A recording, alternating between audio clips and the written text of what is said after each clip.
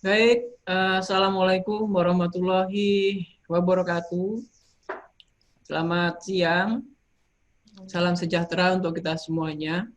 Mudah-mudahan siang hari ini kita semua dalam keadaan sehat dan bahagia ya Bapak Ibu. Baik, terima kasih yang sudah hadir pada siang hari ini. Alhamdulillah cukup ramai sekali. Sudah ada 45 orang yang sudah join di Zoom kita pada hari ini.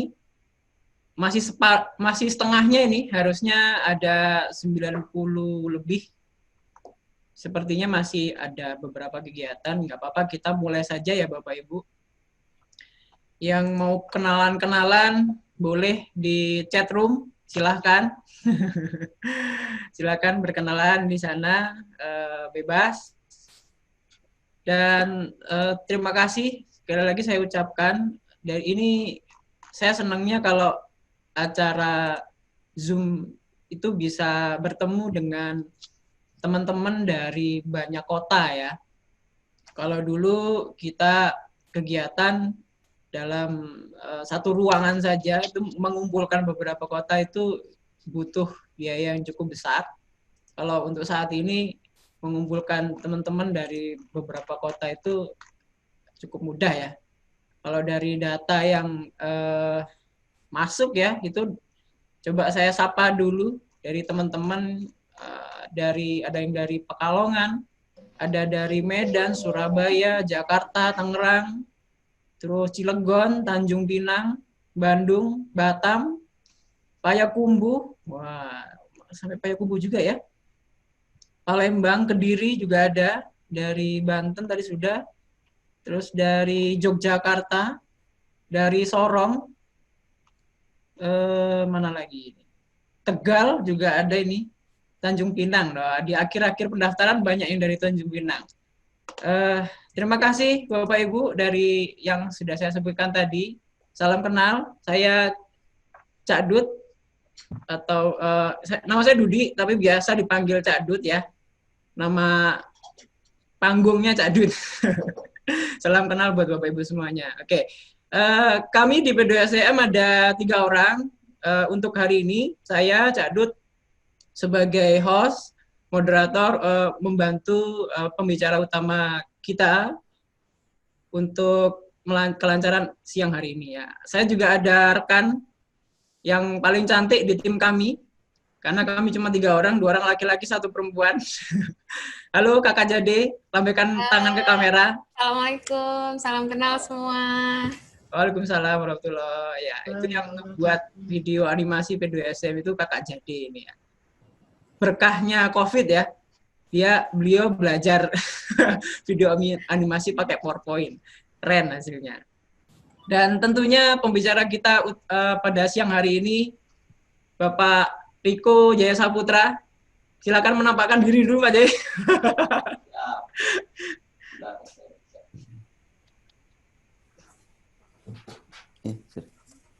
Ulang lagi. Nah, ini pembicara kita pada siang hari ini Bapak Riko Jaya Saputra. Insya Allah menemani kita dari siang sampai sore ya. Gitu. Mudah-mudahan kita bisa acara kita berjalan dengan lancar. Ya. Sebelum kita memulai acara, Bapak Ibu, ada baiknya kita berdoa dulu menurut keyakinan dan kepercayaan kita masing-masing. Semoga acara kita bisa berjalan dengan lancar dan kita bisa mendapatkan keberkahan ilmu yang kita dapat pada siang hari ini. Untuk itu, saya persilahkan kita, Bapak Ibu semua, untuk berdoa di tempatnya masing-masing. Berdoa, silakan. Baik, terima kasih Bapak Ibu. Oh ya, dari tadi saya sudah ngomong panjang lebar ya, tapi saya belum konfirmasi. Suara saya terdengar dengan jelas ya Bapak Ibu semua? Oh, jelas ya. Boleh di chat, boleh. Kalau nggak bisa langsung lewat chat juga. Oke, terima kasih Mas Gozi dari Surabaya yang sudah konfirmasi. Jelas, ketemu lagi kita Mas ya. Ya, alhamdulillah saya menemani Bapak Ibu hari ini dari pinggir pantai ya. Ya, suasananya ganti lah ya, masa di kantor terus gitu ya. Ini saya coba menemani Bapak Ibu dari pinggir pantai ya, hitung-hitung ini pelampiasan di rumah aja, biar kita sedikit suasananya mantai gitu ya. Ya. Pada siang hari ini temanya yang sudah pastinya Bapak Ibu ketahui adalah tentang mental health productivity ya. Apa itu? Kalau di flyer itu sudah dijelaskan bahwa kesehatan mental itu adalah syarat utama untuk menjadi pribadi yang utuh dan produktif. Waduh. Berarti kalau kita mentalnya belum sehat, berarti selama ini pribadi kita belum utuh ya. Atau seperti apa, nanti kita akan dengarkan penjelasan dari Pak C ya. Yang pasti semakin baik kualitas kesehatan mental itu, maka semakin baik produktif hidup kita nantinya. Ya, mudah-mudahan harapannya siang hari ini dengan materi virtual learning yang kesekian kalinya P2SDM adakan ini, nanti Bapak Ibu bisa memahami betul tentang kesehatan mental agar kita bisa menjadi pribadi yang lebih produktif ya. Tidak perlu berlama-lama karena pembicara kita sudah hadir di tengah-tengah kita dan peserta juga sudah cukup banyak. Untuk itu kita sambut pembicara kita pada siang hari ini, Bapak Riko Jaya Saputra. Wah, tepuk tangan yang meriah buat Cak Dut ya, luar biasa sekali. Baik, bismillahirrahmanirrahim. Assalamualaikum warahmatullahi wabarakatuh. Salam sehat, salam bahagia untuk kita semua. Puji syukur tidak henti-hentinya kita panjatkan kehadirat Tuhan Yang Maha Esa, karena pada siang hari yang cerah ini ya, di Batam cerah ya, kita bisa bersama-sama belajar daring begitu ya, secara daring dalam virtual learning P2SDM ya. Jadi kita P2SDM itu berkomitmen untuk selalu bisa hadir di ruang Zoom ya, buat sharing ilmu, sharing pengalaman yang mudah-mudahan apa yang kita pelajari nantinya akan bermanfaat dan bisa kita gunakan dalam kehidupan kita sehari-hari. Nah, hari ini kita akan belajar mengenai, sesuai dengan topik yang ada di flyer yang sudah kita bagi kemarin, adalah mental health ya for productivity ya. Artinya untuk kita menjadi pribadi yang produktif, kita menjadi pribadi yang berkinerja baik, tentu saja kita membutuhkan yang namanya kesehatan mental ya. Bagaimana kita bisa menjaga kesehatan mental ini menjadi sangat penting. Dan kenapa ya kegiatan kita pada siang hari ini itu kita beri topik mental health for productivity, karena sebetulnya ini dalam rangka menyambut Hari Kesehatan Dunia yang jatuh setiap tanggal 10 Oktober setiap tahunnya. Nah, hari ini adalah tanggal 9 dan besok adalah tanggal 10. Jadi kita mendahului memperingati Hari Kesehatan Jiwa atau Kesehatan Mental Sedunia, Bapak Ibu. Harapannya adalah kita bisa menjadi pribadi yang sehat secara mental, lahir dan batin. Apalagi dalam kondisi pandemi saat ini, kita banyak dibatasi, banyak tantangan-tantangan yang kita hadapi yang tidak atau belum pernah kita hadapi, seperti tantangan-tantangan sebelum kita menghadapi COVID-19. Ya, contohnya seperti P2SDM ini. Ya, dulu kami biasa memberikan pelatihan secara tatap muka, Bapak Ibu, secara luring, luar jaringan. Ya, tetapi hari ini ya, sejak kita memasuki masa pandemi COVID-19, kita dipaksa, tanda kutip ya, untuk berubah ya. Karena yang mengatakan bahwa perubahan itu selalu terjadi ya. Perubahan itu sesuatu yang abadi, dan seringkali ya perubahan itu justru membuat kita menjadi semakin maju, semakin baik lagi ya. Jadi kita harus memaknai perubahan-perubahan, tantangan-tantangan dalam kehidupan kita sebagai sesuatu yang membangun kita, sesuatu yang justru akan membuat kita memiliki kapasitas diri yang jauh lebih baik, Bapak Ibu. Ya, seperti gitu juga P2SDM. P2SDM karena tidak bisa lagi menggunakan pelatihan metode tatap muka, maka kita secara berangsur-angsur, step by step, kita merubah ya menjadi pelatihan yang sifatnya online, ya, bersifat daring ya, dan itu menjadi sebuah keharusan buat kita untuk bisa beradaptasi di kondisi pandemi seperti saat ini.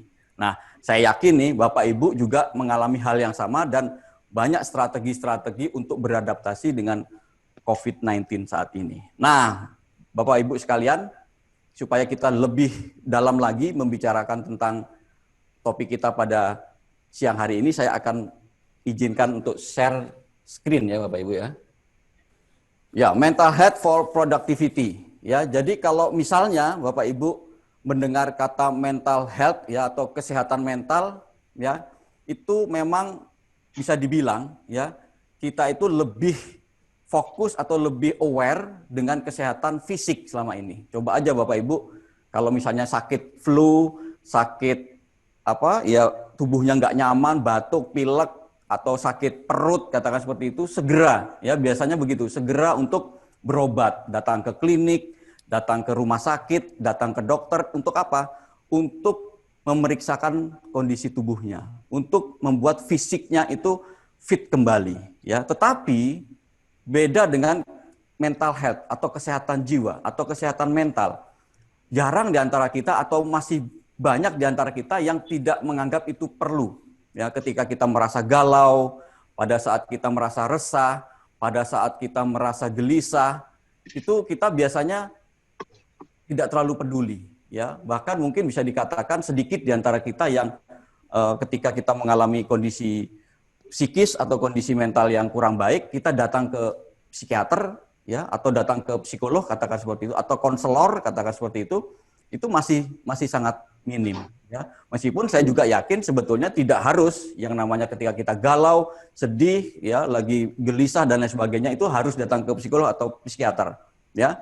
Tergantung kondisi kita pada saat itu. Kalau memang tidak ada orang yang bisa kita ajak bicara, tidak ada orang yang bisa memberikan dukungan kepada kita, maka sebetulnya wajib ya hukumnya kita datang ke psikolog atau ke psikiater. Tapi kalau di dalam sistem dukungan sosial kita atau di lingkungan kita tersedia banyak channel-channel yang kita bisa gunakan untuk mengelola kesehatan mental kita, itu sangat baik. Tidak perlu Anda buru-buru datang ke psikolog atau ke psikiater ataupun konselor, katakan seperti itu. Ya. Nah, pertanyaannya adalah, ya, mengapa ya kesehatan mental penting bagi produktivitas seseorang? Nah, mungkin di sini kita bisa berinteraksi ya, supaya kita punya interaksi, nggak satu arah saja dari saya ke Bapak Ibu sekalian, tapi juga Bapak Ibu sekalian bisa berinteraksi dengan saya. Maka saya keluar dulu ya, mengapa kesehatan mental penting bagi produktivitas seseorang. Oke, saya di sini ada beberapa teman di sini ya, yang mungkin bisa berinteraksi dengan saya. Mungkin saya coba kepada Mbak Lulu Haritsah. Wah, Mbak Lulu Haritsah ini sepertinya saya kenal ini ya. Dulu kita main-main di pantai kalau nggak salah ya. Iya. Ya, ini anak buahnya Pak Andreas sepertinya ya. Baik, Halo, Mbak Pak. Lulu. Assalamualaikum, Pak. Waalaikumsalam warahmatullahi wabarakatuh. Mbak Lulu, saya mau nanya nih, ya, kenapa sih kita penting ya menjaga kesehatan mental untuk produktivitas itu? Mungkin bisa cerita sedikit. Maaf, Pak, Silakan, boleh Mbak Lulu. diulangi lagi, Pak. Tadi ada gangguan. Oh, ada gangguan. Ya, mengapa kesehatan itu mental itu penting untuk produktivitas kita? Ya, sangat penting sekali, Pak, karena itu nanti kayaknya berhubungan sama mood juga ya. Kalau udah mood, Berhubungan dengan mood, ya luar biasa. Tepuk tangan buat Mbak Lulu ya. Betul. Karena apa? Apa yang dikatakan Mbak Lulu tadi benar sekali ya. Ketika kesehatan mental kita kurang prima, itu biasanya akan berpengaruh terhadap mood dan emosi kita. Nah, kalau sudah mood ataupun emosi kita itu berpengaruh, maka saya yakin ya kita tidak akan bisa bekerja secara konsentrasi.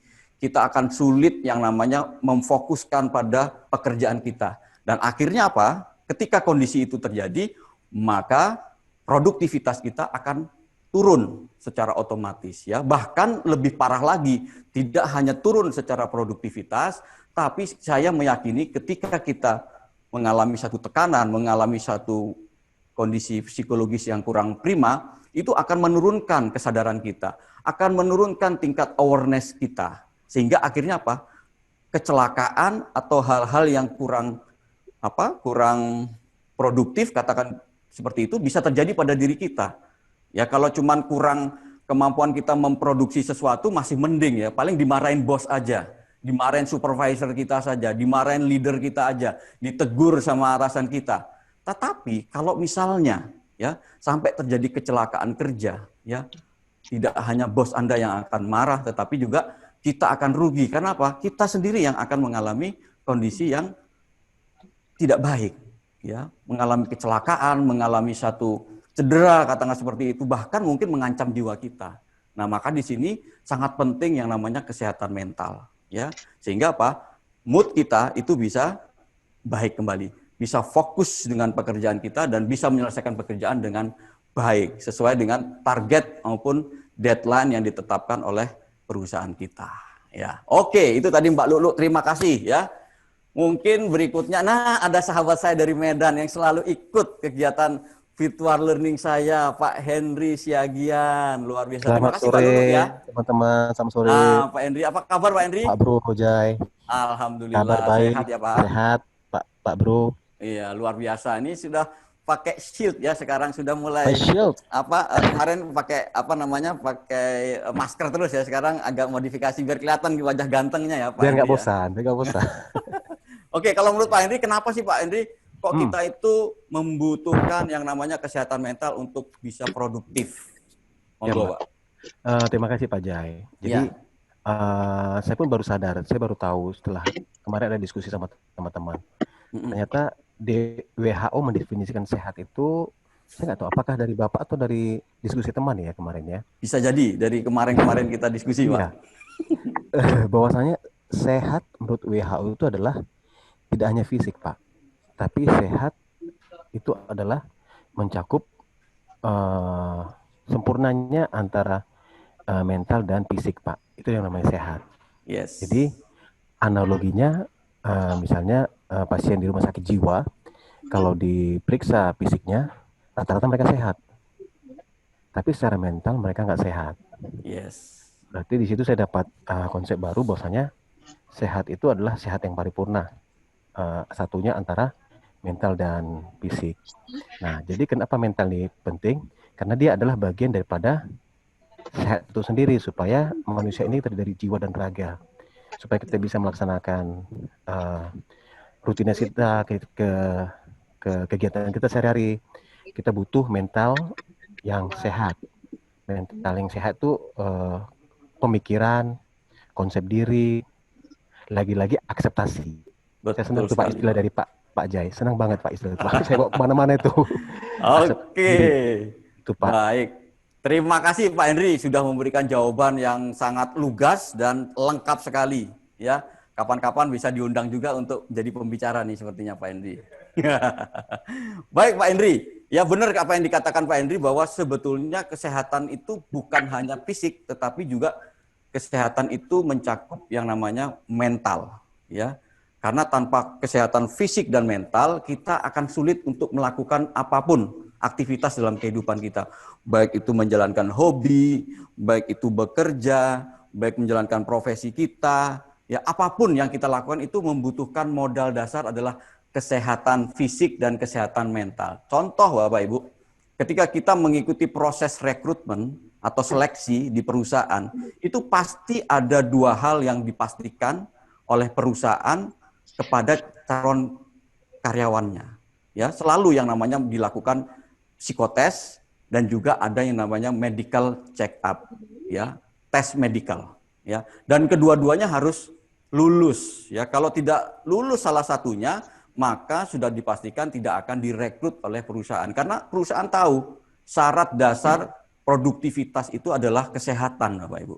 Ya, kesehatan itu ada dua, kesehatan fisik dan juga kesehatan mental. Makanya ada yang namanya psikotes, Bapak Ibu. Ya, di dalam psikotes itu akan dinilai bagaimana kesiapan secara mental kita untuk bekerja. Siap nggak?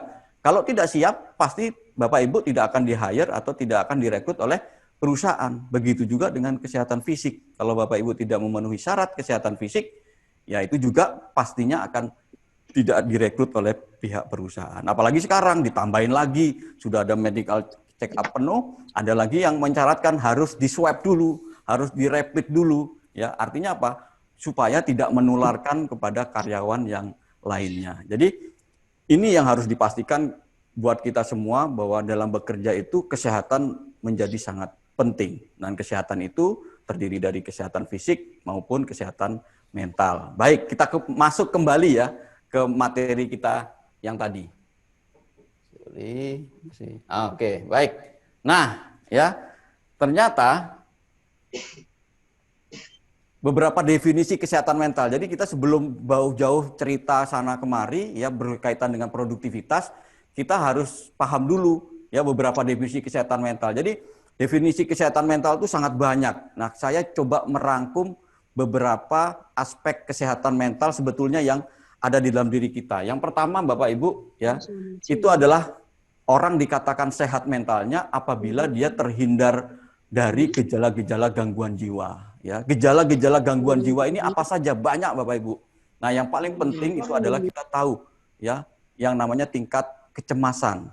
Ya, kalau tingkat kecemasan kita sangat tinggi, nah, gitu ya, itu berarti kita sudah mulai itu ada yang namanya gejala-gejala gangguan jiwa tadi. Ya, tetapi yang kalau namanya kecemasan pada tempatnya, tidak berlebihan, ya saya rasa itu masih wajar, ya, karena kita setiap hari mengalami perubahan, setiap hari mengalami tantangan-tantangan di dalam hidup, dan itu kadang-kadang menghadirkan namanya rasa cemas. Tetapi kalau rasa cemas itu sudah berlebihan, ya, nah itu bisa jadi tanda-tanda buat kita untuk memeriksakan kembali kesehatan mental kita seperti apa. Ya, nah dari definisi ini orang yang sehat mental adalah orang yang terhindar dari bentuk gejala-gejala gangguan jiwa. Nah, tidak hanya kecemasan, macam-macam, ya. Yang jelas artinya kondisi-kondisi tersebut mengganggu ya kemampuan kita dalam menjalani kehidupan kita sehari-hari. Baik itu di dalam urusan pribadi maupun di urusan pekerjaan. Itu yang pertama definisinya. Yang kedua, ya, yang kedua adalah kemampuan untuk menyesuaikan diri dengan diri sendiri, ya. Ingat Bapak Ibu, menyesuaikan diri itu tidak hanya kepada orang lain, ya, tetapi juga menyesuaikan diri itu terhadap diri sendiri. Apa yang disesuaikan? Yang disesuaikan itu adalah, ya, kalau Pak Henry pasti sudah tahu, ya, karena mengikuti beberapa virtual learning P2SDM sebelumnya, yaitu menyelesaikan kebutuhan-kebutuhan kita. Ya, makanya ada kemarin salah satu sesi kita, ya, judulnya ya Find Your Way gitu ya. Find Your Way. Artinya apa? Kita harus mencari tahu diri kita itu seperti apa. Nah, diri kita itu terdiri dari kebutuhan-kebutuhan itu. Apa yang kebutuhan dominan yang ada di dalam diri kita? Kita harus tahu. Karena ketika itu tidak terpenuhi, ya, maka kita akan sulit, ya, bisa memiliki kesehatan mental yang paripurna atau yang bagus. Ya, makanya di situ disebut bagaimana kita menyesuaikan diri dengan diri kita sendiri, ya, dengan kebutuhan-kebutuhan kita. Ya, kita punya kebutuhan diperhatikan, misalnya. Kita punya kebutuhan untuk mendapatkan penghargaan, misalnya. Kita memiliki kebutuhan untuk diapresiasi, misalnya. Itu kita dapat enggak? Ya, sebelum kita dihargai orang lain, sebelum kita diperhatikan orang lain, tentu saja kita juga perlu menghargai diri kita sendiri, perlu memperhatikan diri kita sendiri, perlu yang namanya mengapresiasi diri kita sendiri.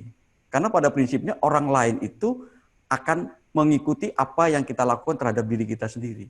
Ketika kita menghargai diri kita sendiri, maka orang lain juga akan cenderung mudah untuk menghargai kita. Tetapi kalau kita tidak menghargai diri kita sendiri, maka akan sulit buat orang lain bisa menghargai diri kita juga. Ya, begitu. Kemudian dengan orang lain, ya, dengan diri sendiri sudah, dengan orang lain juga kita perlu menyesuaikan diri. Kenapa? Karena setiap orang berbeda, ya. Orang dengan tipe ini, ya, kebutuhannya berbeda, pendekatannya juga berbeda, ya. Artinya setiap perbedaan yang ada tersebut harus kita lakukan pendekatan yang berbeda juga. Nggak bisa dengan satu pendekatan diri kita kepada semua orang. Itu akan terjadi yang namanya kegagalan dalam berkomunikasi, ya Bapak Ibu. Dan akan terjadi yang namanya konflik-konflik, ya, yang tidak perlu, yang tidak penting, yang akhirnya merugikan kehidupan kita sendiri. Berikutnya apa? Setelah kita bisa menyesuaikan dengan diri sendiri, menyesuaikan dengan orang lain, dan yang berikutnya adalah bagaimana kita menyesuaikan dengan masyarakat. ya dengan lingkungan di mana kita tinggal, itu juga sangat penting. Lebih luas lagi, tidak hanya hubungan one on one begitu, tetapi juga hubungannya adalah secara komunal atau secara komunitas, katakan seperti itu. Nah, itu memerlukan pendekatan yang berbeda, yang tidak sama, yang itu perlu usaha dari kita untuk selalu meningkatkan kapasitas diri kita. Karena semua itu menuntut kita untuk memiliki kemampuan adaptasi yang lebih baik, ya begitu. Nah, kemudian yang paling sulit Bapak Ibu dan agak menjadi sangat tantangan terbesar kita itu yang ketiga ini Bapak Ibu, ya. Keadaan di mana segenap potensi diri individu itu berhasil diaktualisasikan diri. Pertanyaannya, ya, sejauh mana kita mengenal diri kita? Nah, gitu kan. Bagaimana kita bisa mengaktualisasikan yang namanya potensi diri kita, ya, dalam kehidupan kita sehari-hari, dalam pekerjaan kita, ya, dalam segala macam aktivitas kita, kalau kita sendiri, ya, tidak mengenali apa potensi yang kita miliki, gitu ya. Kita taunya, ya, kita itu seperti saya begitu ya. Saya mengenal diri saya mungkin dengan ciri-ciri fisik, ya, rambut jarang, bahkan cenderung tidak ada, gitu ya. Kemudian tidak berkumis, ya, agak mirip sama Upin Ipin, ya. Badan juga lumayan agak besar, begitu ya. Nah, paling hal-hal seperti itu. Padahal kita tidak hanya yang secara fisik ini yang perlu kita kenal, tapi bagaimana sifat-sifat kita. Apakah kita sudah paham sifat-sifat kita seperti apa? Kebiasaan-kebiasaan kita, ya. Mana kebiasaan-kebiasaan dan sifat-sifat kita itu yang produktif, mana juga sifat dan kebiasaan-kebiasaan kita yang kontraproduktif. Nah, itu semua harus kita tahu dan kita harus kenali. Sehingga dengan kita mengenali, ya, segenap potensi yang kita miliki, maka kita bisa menggunakan, bisa memanfaatkan, bahkan bisa mengaktualisasikan seluruh potensi yang kita miliki. Untuk apa? Ya, untuk kemanfaatan kita bersama, ya, dan tentu saja untuk diri kita pada akhirnya, begitu, ya. Nah, dari sini jadi kita tahu bahwa kesehatan mental itu bukan hanya tidak stres, tidak gelisah, ya, tidak murung, tidak sedih, ya, tidak atau sulit merasa bahagia misalnya, kan. Bukan itu saja, ya, tapi kesehatan mental itu terkait bagaimana kemampuan kita beradaptasi dan juga bagaimana kita bisa mengaktualisasikan potensi-potensi yang kita miliki, ya. Alhamdulillah kalau Bapak Ibu selama ini sudah tidak ada yang namanya gejala-gejala gangguan jiwa, ya. Mungkin pernah mengalami stres, tapi kan stres itu normal, ya.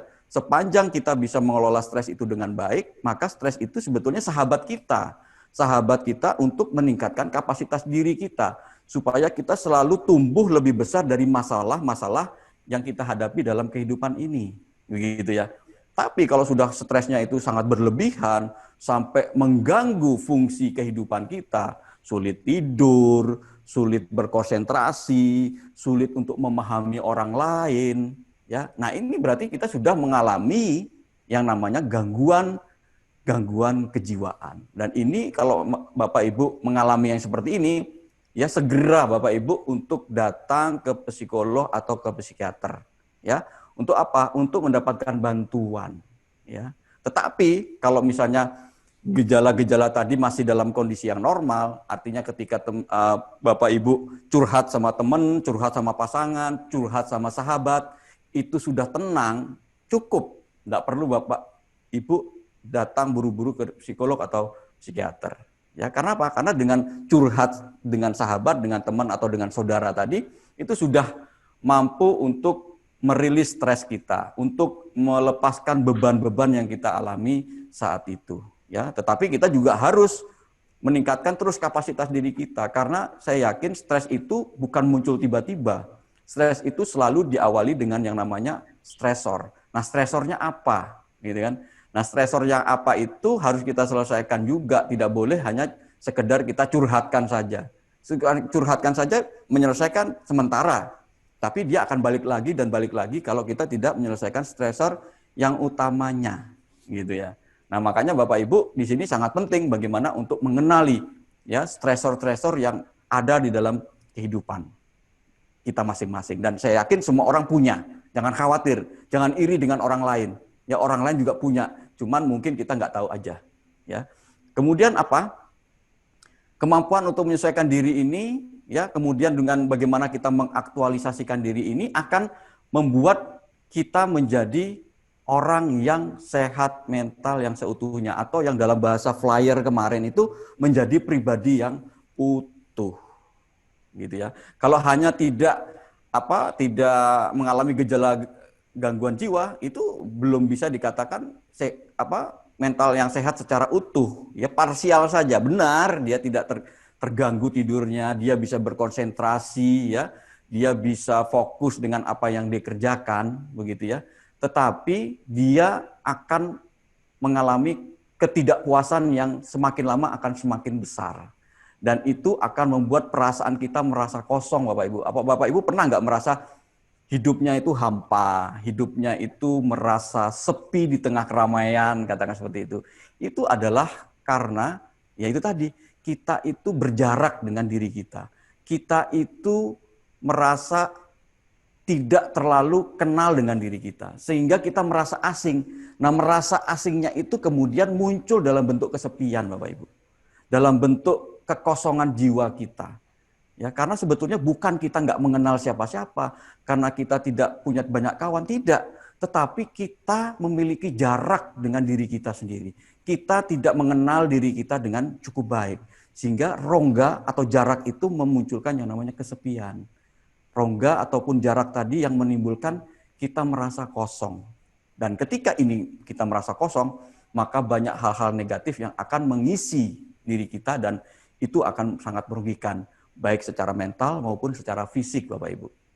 Nah, begitu. Jadi itu yang dimaksud kenapa kita harus memiliki kesehatan mental yang utuh, tidak parsial, tidak sebagian-sebagian. Ketiganya ini perlu kita upayakan terus-menerus, ya.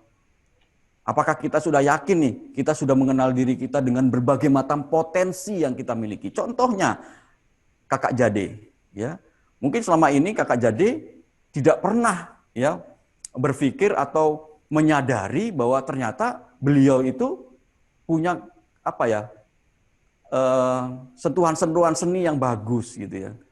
Ya, ketika mengikuti pelajaran Canva, pelajaran membuat video, ternyata amazing gitu kan hasilnya kan. Wah, luar biasa, ternyata aku itu berbakat gitu ya. Kalau tidak dieksplorasi, tidak digali, ya kita nggak akan tahu begitu ya.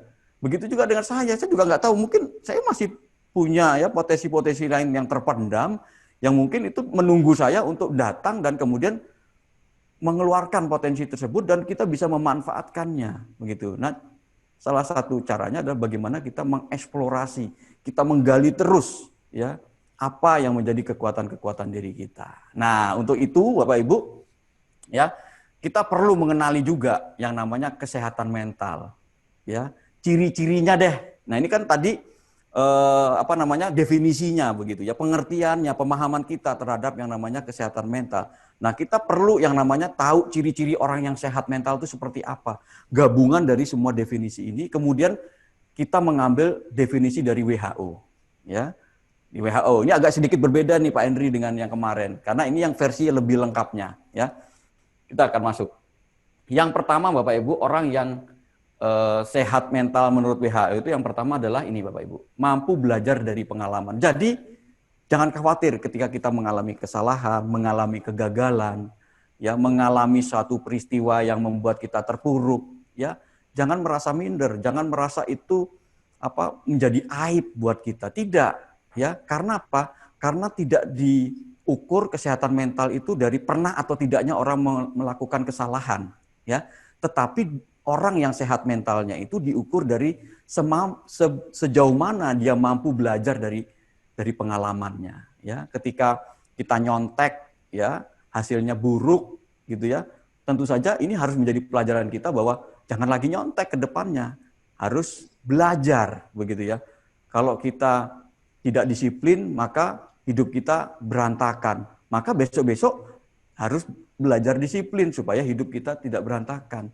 Ya, jangan sampai seperti yang dikatakan oleh Albert Einstein, ya, hanya orang gila gitu kan yang melakukan hal yang sama terus-menerus, ya, tetapi ingin hasil yang berbeda. Kalau ingin menghasilkan sesuatu yang berbeda, maka cara kita, pendekatan kita itu harus kita rubah, gitu ya. Karena dengan kita merubah cara kita merubah pendekatan kita, maka hasilnya juga pasti akan berubah. Ya, kita harus belajar dari Thomas Alva Edison yang ketika menemukan lampu itu melakukan berbagai macam percobaan sampai ribuan, hampir 1000 kali kegagalan. Tapi dia tidak pernah mengatakan itu sebagai kegagalan. Karena kegagalan yang dia alami itu adalah feedback buat dia untuk memperbaiki caranya. Ya, makanya harus dirubah terus sampai akhirnya dia menemukan yang namanya bola lampu. Nah, kira-kira seperti itu. Orang yang sehat mentalnya adalah orang yang mampu belajar dari pengalaman. Berikutnya apa? Mudah beradaptasi. Itu sudah tadi di dalam definisinya sudah jelas ya. Mudah beradaptasi itu tidak hanya dengan orang lain, dengan masyarakat, tetapi juga dengan diri kita sendiri. Ya, sehingga dengan kita mengenal kebutuhan-kebutuhan kita, jadi kita lebih peka terhadap namanya stresor yang sifatnya internal. Stresor yang seringkali kita tidak sadari, Bapak Ibu, dan itu berbahaya, gitu ya. Karena ketika kita tidak menyadari stresnya, kita bingung, kok saya resah, kok saya gelisah, kok saya hidupnya nggak tenang, kok saya sulit bahagia, gitu ya. Karena apa? Kadang-kadang bukan masalah kita nggak punya harta, bukan karena kita nggak punya kawan banyak, bukan kita nggak punya relasi yang baik, ya.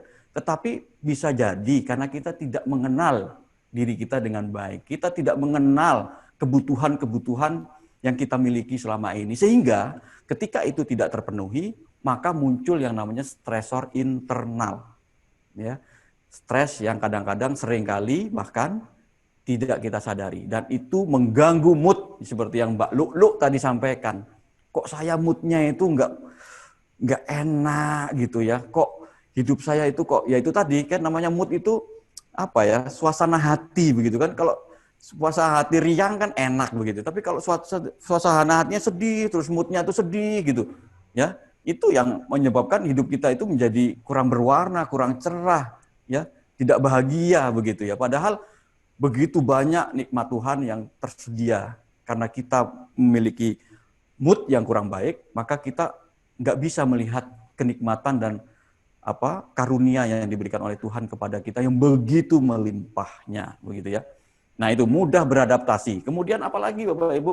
Lebih senang memberi daripada menerima. Nah, ini dia Bapak Ibu, ya. Jadi kalau ada orang pelit, ya, berarti dia kurang sehat mentalnya Bapak Ibu. Karena ini orang yang sehat mentalnya itu senang memberi daripada menerima. Bukan berarti kita nggak boleh menerima Bapak Ibu. Boleh menerima. Tapi kalau kita punya pilihan, kita akan selalu memilih memberi. Ya, jangan selalu mengandalkan diberi. Jangan punya mental miskin. Ya, artinya apa? Orang yang sehat mentalnya itu selalu punya keinginan bermanfaat buat orang lain. Dia bermanfaat buat lingkungannya, ya, buat sesamanya. Nah, itu baru yang namanya orang yang sehat secara mental, begitu ya. Apalagi kemudian berikutnya, lebih senang menolong daripada ditolong, ya. Tidak harus kita itu membantu orang itu dengan uang Bapak Ibu, tetapi juga bisa dengan memberikan pertolongan dalam bentuk pemikiran, ya, dalam bentuk pengalaman, dalam bentuk tenaga, ya, dalam bentuk macam-macam, ya. Tidak harus dengan uang. Kalau kita tidak punya uang bukan berarti kita tidak bisa menolong orang lain. Bisa dengan kemampuan yang kita miliki, ya. Terus apalagi berikutnya, mempunyai rasa kasih sayang. Nah, kalau orang seneng lihat orang susah gitu ya, itu sudah pasti Bapak Ibu orang itu nggak sehat secara mental, ya. Susah lihat orang senang, senang lihat orang susah, nah kan gitu ya. Itu sudah pasti orang tersebut tidak memiliki kesehatan mental yang utuh menurut WHO. Ya, jadi orang yang punya kesehatan mental itu selalu punya empati, ya, dia bisa merasakan apa yang diderita oleh orang lain, bahkan tidak hanya merasakan, terdorong untuk memberikan bantuan, Bapak Ibu. Ya, jadi orang yang sehat secara mental itu adalah orang yang memiliki kemampuan untuk berempati atau mempunyai rasa kasih sayang. Berikutnya apa? Memperoleh kesenangan dari hasil usahanya, Bapak Ibu. Jadi orang-orang yang sehat mentalnya adalah orang-orang yang jauh dari mental instan, ya. Kalau orang mental instan itu kan main terabas aja, ya. Mau kaya, korupsi, gitu kan. Mau apa namanya, mau dapat nilai ujiannya bagus, nyontek, ya. Dan seterusnya dan seterusnya. Jadi orang yang sehat mental itu adalah orang yang menikmati prosesnya. Yang dinikmati apa saja, tidak hanya keberhasilan-keberhasilan yang dia capai, tetapi bahkan kegagalan-kegagalan, ya, hal-hal yang kurang berkenan atau hal-hal yang tidak sesuai dengan harapan, itu juga dia nikmati. Itu adalah bagian dari proses kita menuju pribadi yang lebih baik. Karena apa? Mau senang, mau susah, ada pembelajaran yang kita dapatkan di dalam peristiwa tersebut. Jadi jangan cuma dapat sakitnya aja, ya, tapi kita harus belajar mendapatkan sesuatu dari peristiwa yang menyakitkan tersebut. Ya, pembelajaran tadi, mampu belajar dari pengalaman. Ya, jadi ini saling berkaitan satu dengan yang lain. Ya, jadi orang yang sehat mentalnya itu senang dengan hasil usaha. Jadi mau usaha gitu ya, bukan hanya ketika dia berhasil juara atau ketika dia berhasil mendapatkan satu prestasi gitu ya, bukan itu saja dia bahagia, tapi ketika dia berlatihnya, ketika dia bekerja kerasnya, proses menuju kesuksesan itu dia pun menikmatinya. Dia begitu mengalami kesenangan pada saat proses menuju prestasi atau kemenangan tersebut. Meskipun pada akhirnya ya kemenangan belum tentu diraih, prestasi belum tentu dia dapatkan, tetapi setidaknya perjalanan dia menuju kesuksesan itu dia juga nikmati. Sehingga ketika dia tidak mendapatkan prestasi itu, dia akan memiliki semangat untuk memperbaiki diri. Oh, aku sudah melakukan ini, tapi kayaknya kurang efektif, saya harus melakukan apa supaya tujuan saya bisa tercapai. Nah, kadang-kadang orang atau kita semua itu seringkali kurang menikmati prosesnya. Ya. Kita pengen segera, aduh, kapan nih nikah ya? Pengen cepat nikah gitu kan. Kita nggak menikmati prosesnya itu. Ya, bagaimana supaya memantaskan diri, bagaimana supaya menjadi pribadi yang lebih baik, sehingga jodoh itu datang sendiri. Maksudnya ya kita seperti seperti magnet buat orang-orang baik. Kalau kita membaikkan diri kita, maka yang datang juga orang baik, kan begitu. Ya. Makanya sebetulnya kita perlu yang namanya selalu belajar dari apa yang terjadi dalam kehidupan dan kita menikmati prosesnya. Berikutnya, menerima kekecewaan untuk dipakai sebagai pengalaman. Nah, gitu kan. Artinya orang yang sehat mentalnya itu bukan orang yang tidak pernah kecewa. Ya, bukan orang yang steril dari perasaan rapuh ya atau merasa sedih atau merasa terpukul gitu ya. Boleh, orang sehat mentalnya boleh, tapi dia bisa menerima dan dipakai sebagai pengalaman tadi, sama mampu belajar dari pengalaman juga. Rasa sakitnya itu menjadi satu vitamin buat kita untuk tumbuh lebih besar dari masalah ataupun kenyataan yang kita hadapi saat ini. Nah, gitu. Dan yang terakhir Bapak Ibu, positive thinking. Jadi orang yang sehat mentalnya itu selalu berpikir positif. Kalau dalam bahasa agama ya, itu namanya husnuzon gitu ya, berbaik sangka kepada orang. Ya. Positive thinking, selalu optimis dalam melihat segala sesuatu. Memang kejadiannya memang tidak baik, tetapi selalu ada ruang buat kita untuk mendapatkan satu pembelajaran di sana, satu peluang untuk kita bisa lebih baik ke depannya. Jadi kita selalu bisa melihat situasi-situasi yang tidak baik, tetap bisa kita melihat peluang-peluang di dalam sana, begitu ya. Nah, itu semua adalah kriteria kesehatan mental menurut WHO, Bapak Ibu. Kita tinggal melihat pada diri kita sendiri. Apakah kita sudah ya mencerminkan tadi kriteria tersebut atau belum? Nggak apa-apa, Bapak Ibu, nggak perlu dijawab. Ini perlu diintrospeksikan kepada diri kita sendiri. Berapa persen kita sudah sesuai dengan kriteria kesehatan mental menurut WHO ini? 70%, 60%, 50%, nggak masalah. Ya, yang penting adalah bagaimana kita bisa meningkatkan ya kesehatan mental kita ke depannya. Ya, jadi bukan kondisi yang sekarang saja, tetapi kedepannya itu yang lebih penting. Nah, ini dia nih Bapak Ibu. Ya, jadi seperti ini sebetulnya. Jadi kalau kita mentalnya itu sehat, ya, itu akan mendorong kita untuk happy ya Bapak Ibu. Ibu. Ya, dalam pekerjaannya konteks perusahaan atau organisasi, happy itu bisa dilihat dari apa? Dari tingkat engagement-nya, tingkat keterikatan seseorang atau karyawan dengan organisasi atau perusahaannya. Semakin dia merasa senang, happy, merasa ya asik ya ketika dia bekerja, maka di situ tingkat engagement-nya semakin tinggi. Nah, ketika tingkat engagement-nya tinggi, maka itu otomatis yang namanya productivity itu akan meningkat. Ya, sehingga disinilah kita sebetulnya sangat penting untuk yang namanya membuat hidup kita menjadi lebih sehat secara mental. Nah, berikutnya Bapak Ibu, saya akan sharing tetapi dengan menggunakan langsung ya Bapak Ibu ya. Nah, ini Bapak Ibu.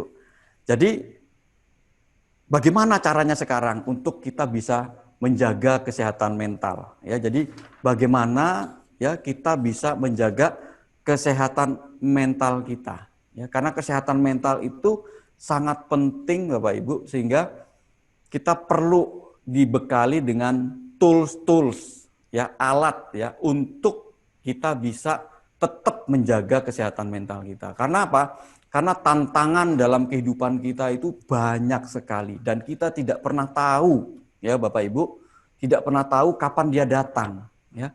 Kapan yang namanya permasalahan itu menghampiri hidup kita. Yang bisa kita lakukan adalah mempersiapkan diri, membekali diri kita dengan tools-tools yang akan mampu membuat kita menjadi imun ya. Kita harus tahu nih, nggak hanya COVID-19 aja yang butuh yang namanya vaksin, yang namanya obat untuk menyembuhkan.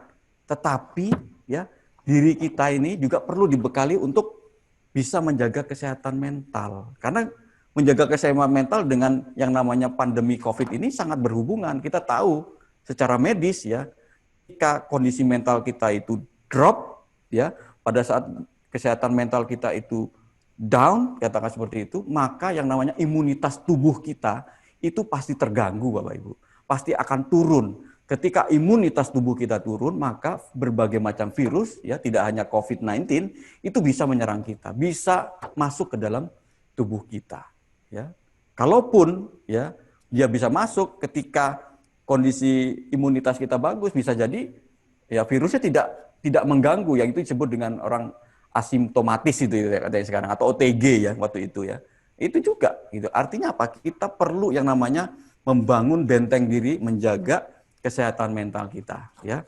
Nah, di sini saya sengaja memberikan metodenya agak sedikit berbeda Bapak Ibu, dengan cara ditempel. Supaya apa? Supaya Bapak Ibu bisa melihat terus selama acara kita ini ya, sehingga ini nanti harapannya bisa melekat di dalam kesadaran kita bagaimana caranya kita bisa menjaga kesehatan mental kita ya. Ada banyak cara sehingga Bapak Ibu bisa menjaga bagaimana kesehatan mental Bapak Ibu bisa utuh ya, dan Bapak Ibu bisa bekerja dan bisa beraktivitas secara produktif ya Bapak Ibu ya. Nah, saya tempel dulu Bapak Ibu di sini.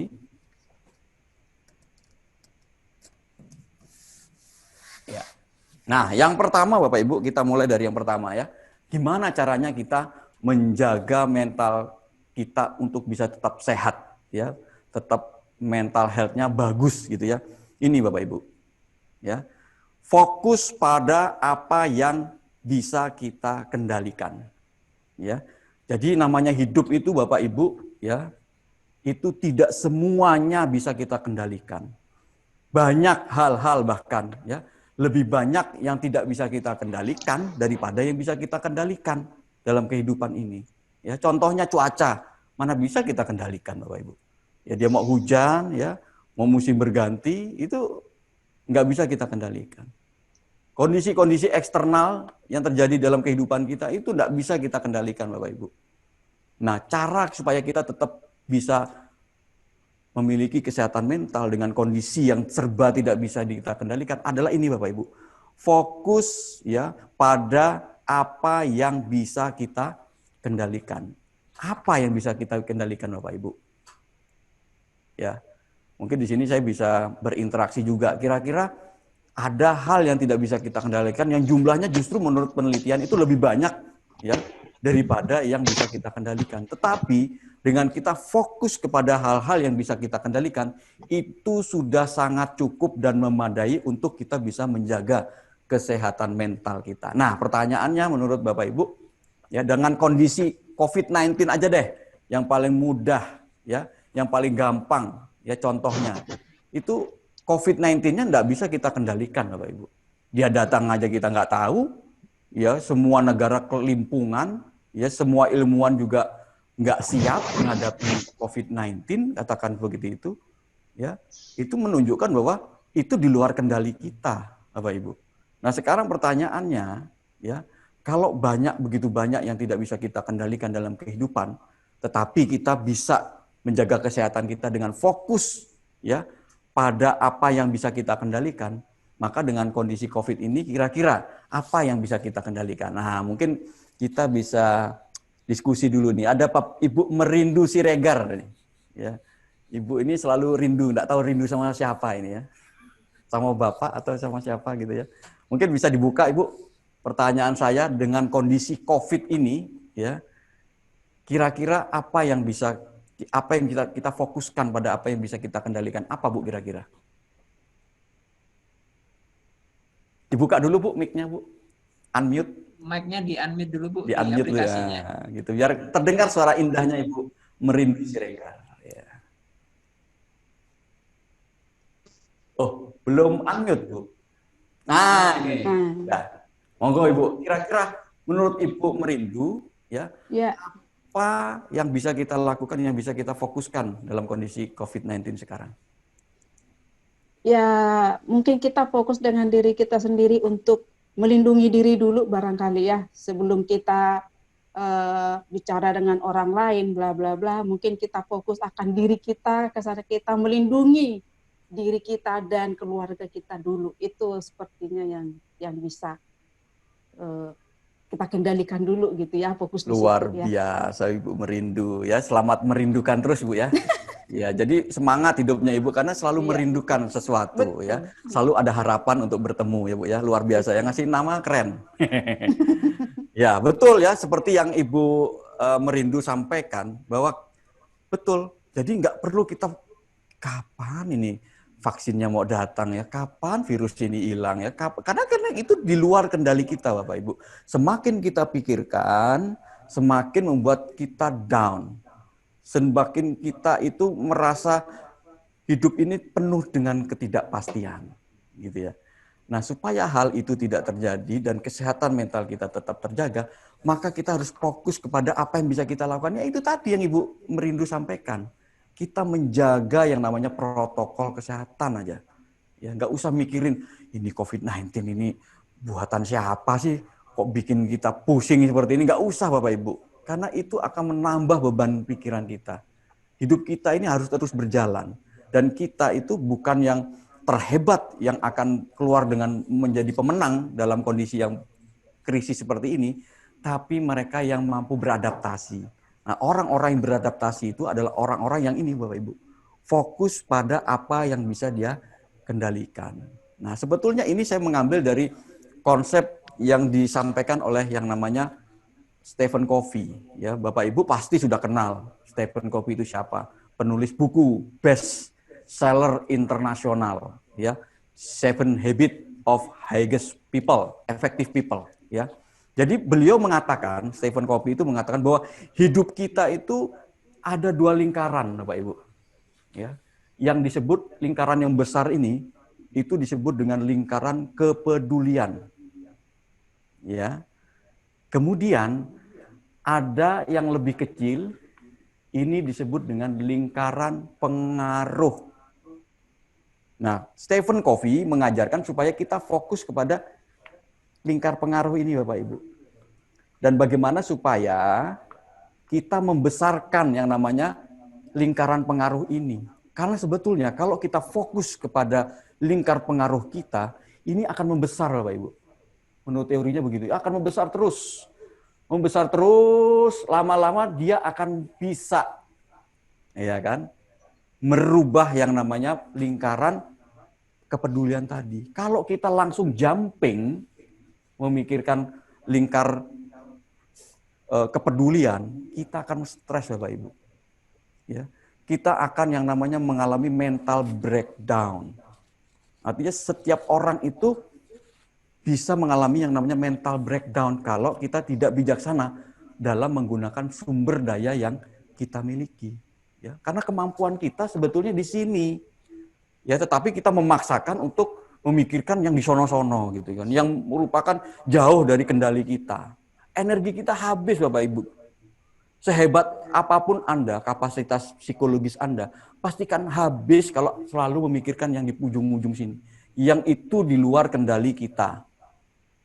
Ya, bahkan Profesor Martin Seligman mengatakan bahwa kebahagiaan seseorang itu dipengaruhi oleh hal-hal, lebih banyak hal-hal yang tidak bisa kita kendalikan. Terus bagaimana kita bisa bahagia? Tetap bisa bahagia. Fokus sama yang sedikit yang bisa kita kendalikan. Yang 40%. Ya. Yang ini Pak Henry sudah tahu jawabannya. Ya gitu. Jadi yang pertama adalah fokus ya pada apa yang bisa kita kendalikan.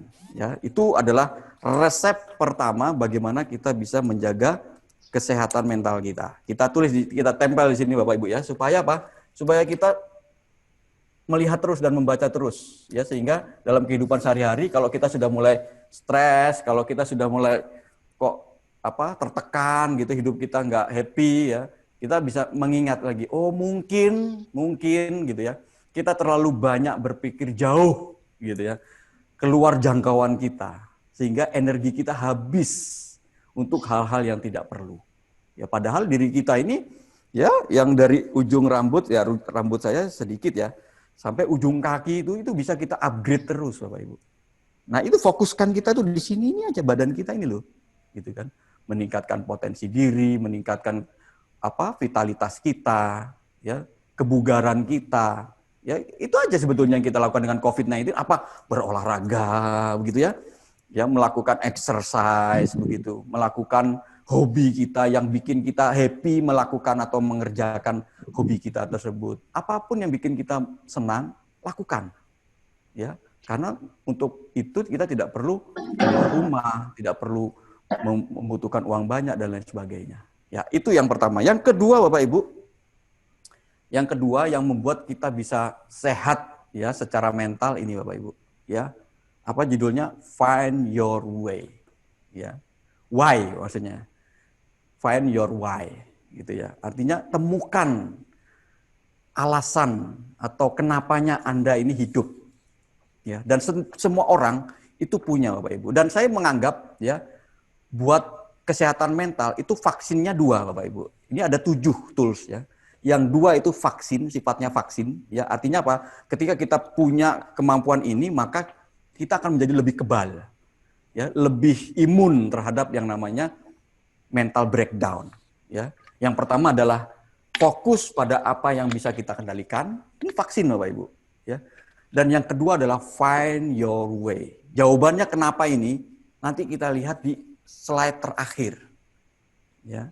Nanti kita akan tahu kenapa find your way itu sangat penting. Ini yang disebut dengan yang kalau saya sih menyebutnya makna hidup. Ya. Kalau kita sudah mengetahui makna hidup kita, ya, maka kita akan bisa menjalani kehidupan ini dengan baik. Meskipun kondisinya tidak baik-baik saja. It's okay. Ya, kalau tidak baik-baik saja nggak apa-apa, kita terima, kita akui, tapi kita juga bangkit bagaimana supaya kita menjadi okay, ya. Jadi find your way, apa alasan Anda hidup itu menjadi sangat penting dan kunci jawabannya akan kita simpan ini ya di akhir sesi ya Pak Ibu. Nanti akan kita bahas ya. Karena ini menjadi inti juga. Ini adalah vaksin buat kita supaya bisa memiliki kesehatan mental yang baik. Oke.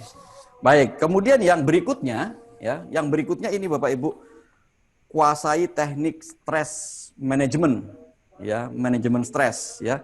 Bagaimana kita mengelola yang namanya stres. Karena stres itu normal Bapak Ibu. Jadi saya selalu mengatakan bahwa orang yang tidak stres itu cuma 2. Yang satu adalah orang mati, yang satunya lagi orang gila Bapak Ibu. Nah, saya rasa di sini tidak ada dari kedua jenis tersebut ya. Tidak ada orang yang mati dan tidak ada orang gila di sini. Semuanya sehat ya.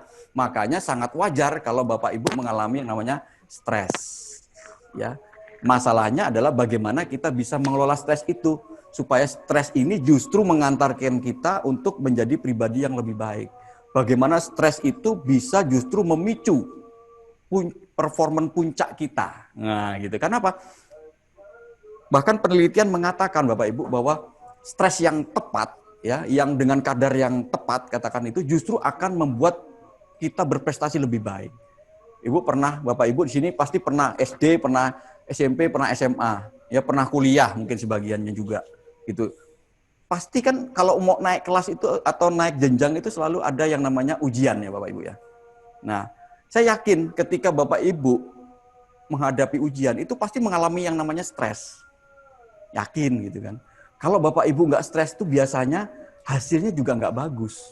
Karena stres itu yang mendorong kita untuk apa? Lebih aware, lebih mau belajar lebih baik lagi, berusaha lebih keras lagi. Karena kalau selambe aja, nyantai aja, akhirnya apa? Hasilnya juga nggak akan optimal. Dan itu menurut penelitian begitu Bapak Ibu. Ya, orang yang ujian ada yang ngawasin dengan yang tidak ada ngawasin. Ternyata Bapak Ibu, ya prestasinya lebih bagus yang ada ngawasin. Nah, ini tantangan juga kalau kita tesnya online gitu ya. Nggak ada yang ngawasin gimana gitu ya.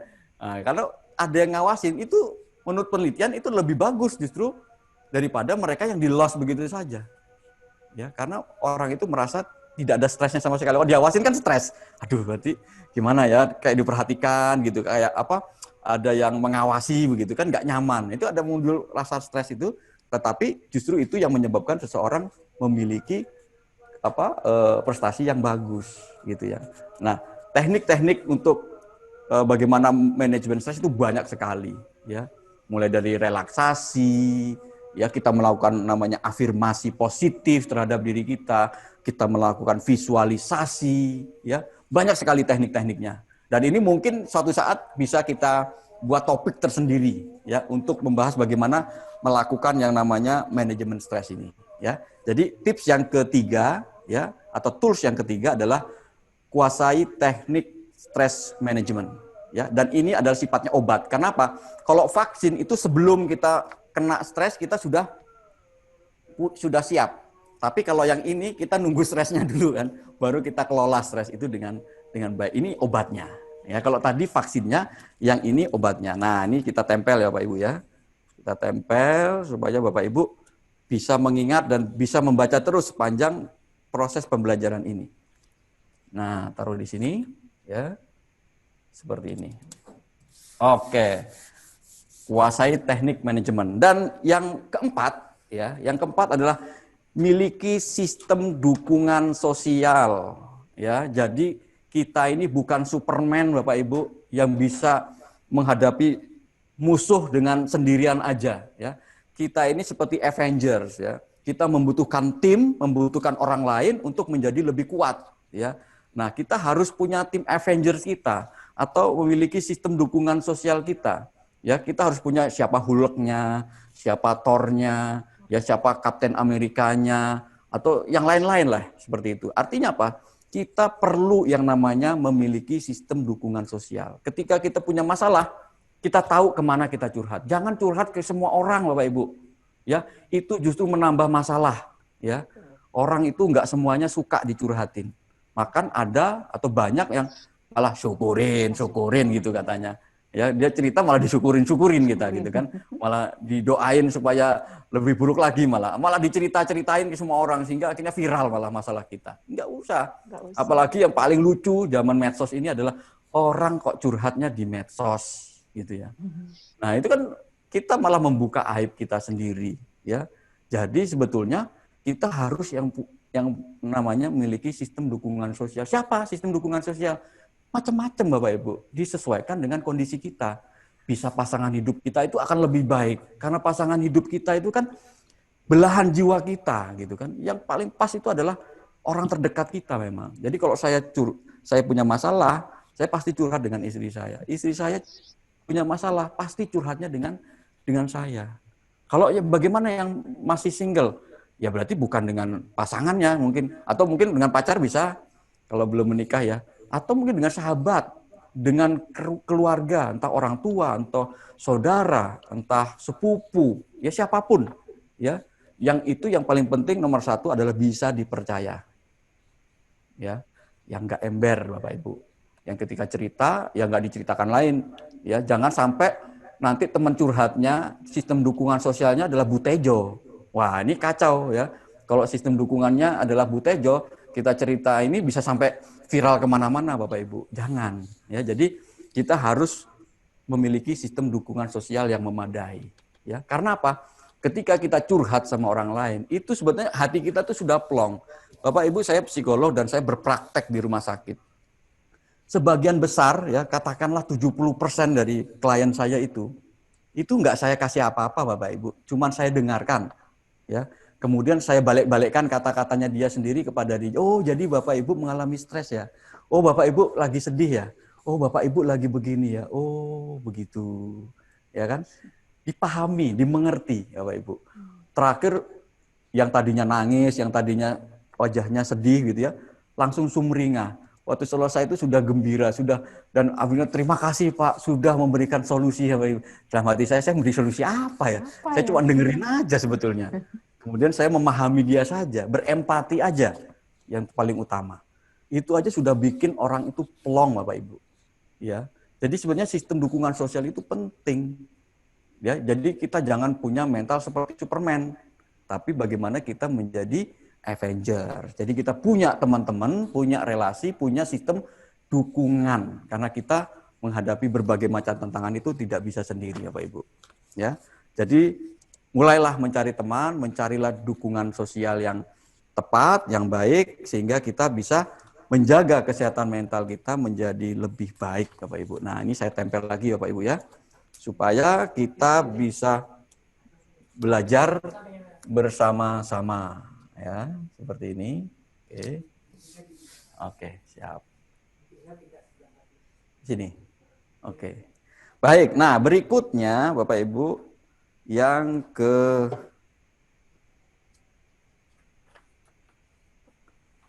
kelima ya. Yang kelima gunakan prinsip 20-80. Nah, ini yang kalau di pabrik, perusahaan-perusahaan ini sudah sangat familiar dengan prinsip 20-80.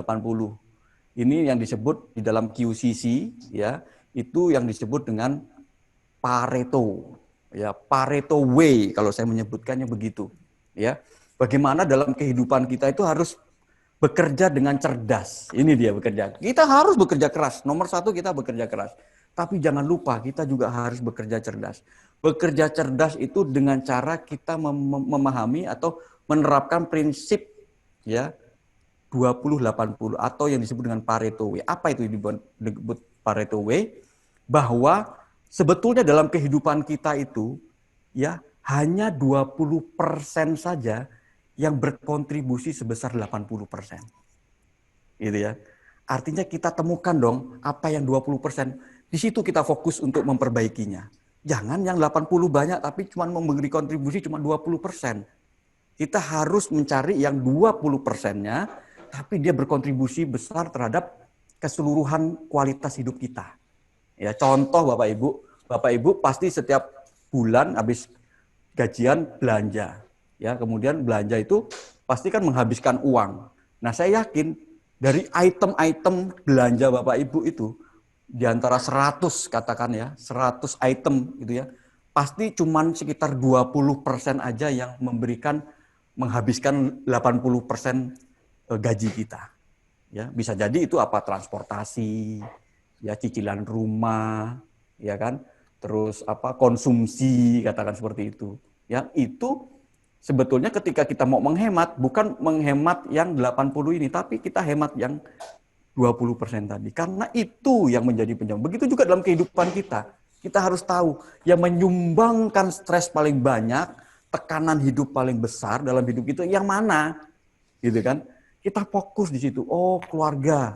Oh, berarti kita menyelesaikan masalah yang di keluarga. Oh, pasangan hidup saya yang justru bikin saya stres. Berarti pasangan hidup ini yang harus bukan diganti ya, diselesaikan masalahnya, gitu ya.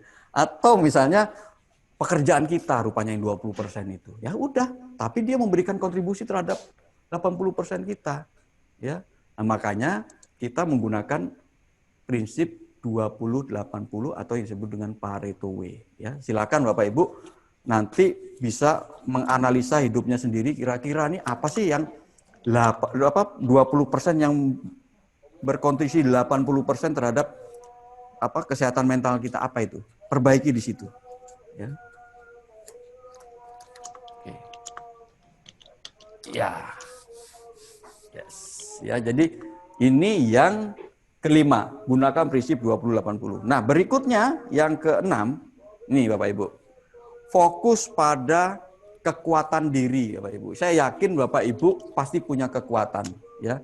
Saya selalu menganalogikan begini Bapak Ibu, bahwa kita itu punya tangan itu dua ya, kanan sama tangan kiri. Kalau kita bukan kidal, tangan kanan ini kita yang lebih kuat daripada tangan kiri kita, gitu ya. Nah, cara kita adalah supaya kita efektif dan bisa adaptif ya menghadapi kehidupan dan menjalani kehidupan ini adalah dengan berfokus kepada tangan kanan Bapak Ibu, yang kuat ini. Begitu juga dengan diri kita. Kita pasti punya kekuatan dan punya kelemahan. Ya. Dari sekarang hentikan untuk fokus pada kekurangan. Wah, kekurangan saya kan ini. Berarti saya harus begini-begini supaya kekurangan saya tertutupi. Salah Bapak Ibu. Yang perlu difokuskan adalah kekuatan kita. Di mana dengan kekuatan kita menjadi optimal, maka kekurangan kita, kelemahan kita menjadi tidak relevan. Bapak Ibu tahu, Albert Einstein itu seorang yang cenderung autis, ya. Nah, mungkin ada yang tahu, ada yang enggak. Tapi mungkin dengan adanya kondisi dia menjadi orang yang menemukan ilmu pengetahuan, rumus relativitas, ya, maka kekurangan ataupun kelemahannya yang autis tersebut menjadi tidak relevan lagi ya Pak Ibu. Nah begitu, jadi dalam kehidupan ini bagaimana caranya kita fokus pada kekuatan diri, bagaimana kita bisa mengoptimalkan kekuatan-kekuatan diri kita. Kita pandai berbicara, gunakanlah kemampuan berbicara kita untuk apa? Untuk membuat kita menjadi lebih pede, menjadi orang yang berprestasi, orang yang bisa mendapatkan banyak kesempatan, dan berbagai macam cara lain. Kalau kita kekuatannya teliti, guna kemampuan ketelitian kita untuk berprestasi juga. Jadi kita fokus pada kekuatan kita, bukan wah kekurangan saya ini kan kurang teliti, berarti saya harus bagaimana nih supaya tidak teliti. Tidak. Kita harus tahu kekurangan kita apa. Kita harus tahu, kita harus paham, ya. Tetapi fokus pengembangan diri kita justru mengoptimalkan kekuatan diri kita. Gitu ya. Dengan seperti ini maka hidup kita akan terasa lebih ringan Bapak Ibu. Gitu ya. Karena jangan sampai kita memaksa ikan untuk manjat pohon, monyet untuk berenang, ya. Kemudian harimau untuk menyelam. Katakan seperti itu. Harus disesuaikan dengan kekuatannya masing-masing, ya. Ikan ya berenang, monyet yang manjat pohon, ya harimau untuk apa? Mencari mangsa, begitu ya. Nah, fokus pada kekuatan diri. Itu adalah tools yang ke-6, Bapak Ibu. Nah, yang terakhir, Bapak Ibu, nih, bersikap mindfulness. Ya, mungkin Bapak Ibu pernah mendengar ya, mindfulness itu apa. Jadi, mindful ini bisa juga nanti kapan-kapan kita bikin topik tersendiri khusus untuk membahas terkait dengan mindfulness ini. Jadi, mindfulness itu Bapak Ibu hanya manusia ternyata yang punya dimensi waktu 3, Bapak Ibu. Manusia itu mempunyai kesadaran waktu 3. Masa lalu, masa kini, dan masa depan. Maka karena kita mempunyai kesadaran waktu 3, itu kita membedakan kita dengan hewan. Ya, hewan itu dia takut. Ya, dia mengalami takut, tapi tidak mengalami yang namanya cemas, Bapak Ibu. Hanya manusia yang mengalami cemas. Cemas itu sumbernya mana? Sumbernya bukan saat ini dan sekarang, bukan. Karena cemas itu takut pada sesuatu yang tidak nyata. Yang belum ada, tidak ada saat ini. Jadi kecemasan itu sumbernya adalah di masa lalu atau di masa depan. Ya, cemas karena apa? Cemas karena dulu pernah disakiti seseorang, pernah dikecewakan seseorang, ya, atau cemas karena apa? Bagaimana masa depan ini? Kok semakin lama kok semakin kayaknya tantangan semakin berat, gitu ya. Ketakutan-ketakutan yang tidak nyata itu yang menimbulkan yang namanya kecemasan, ya.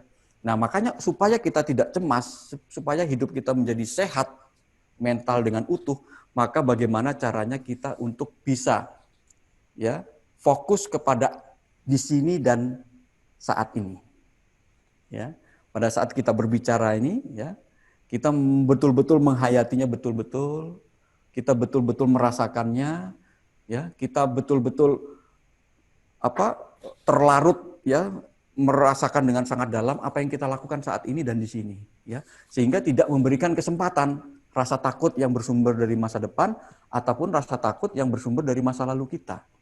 Ya, bagaimana kita bisa memfokuskan.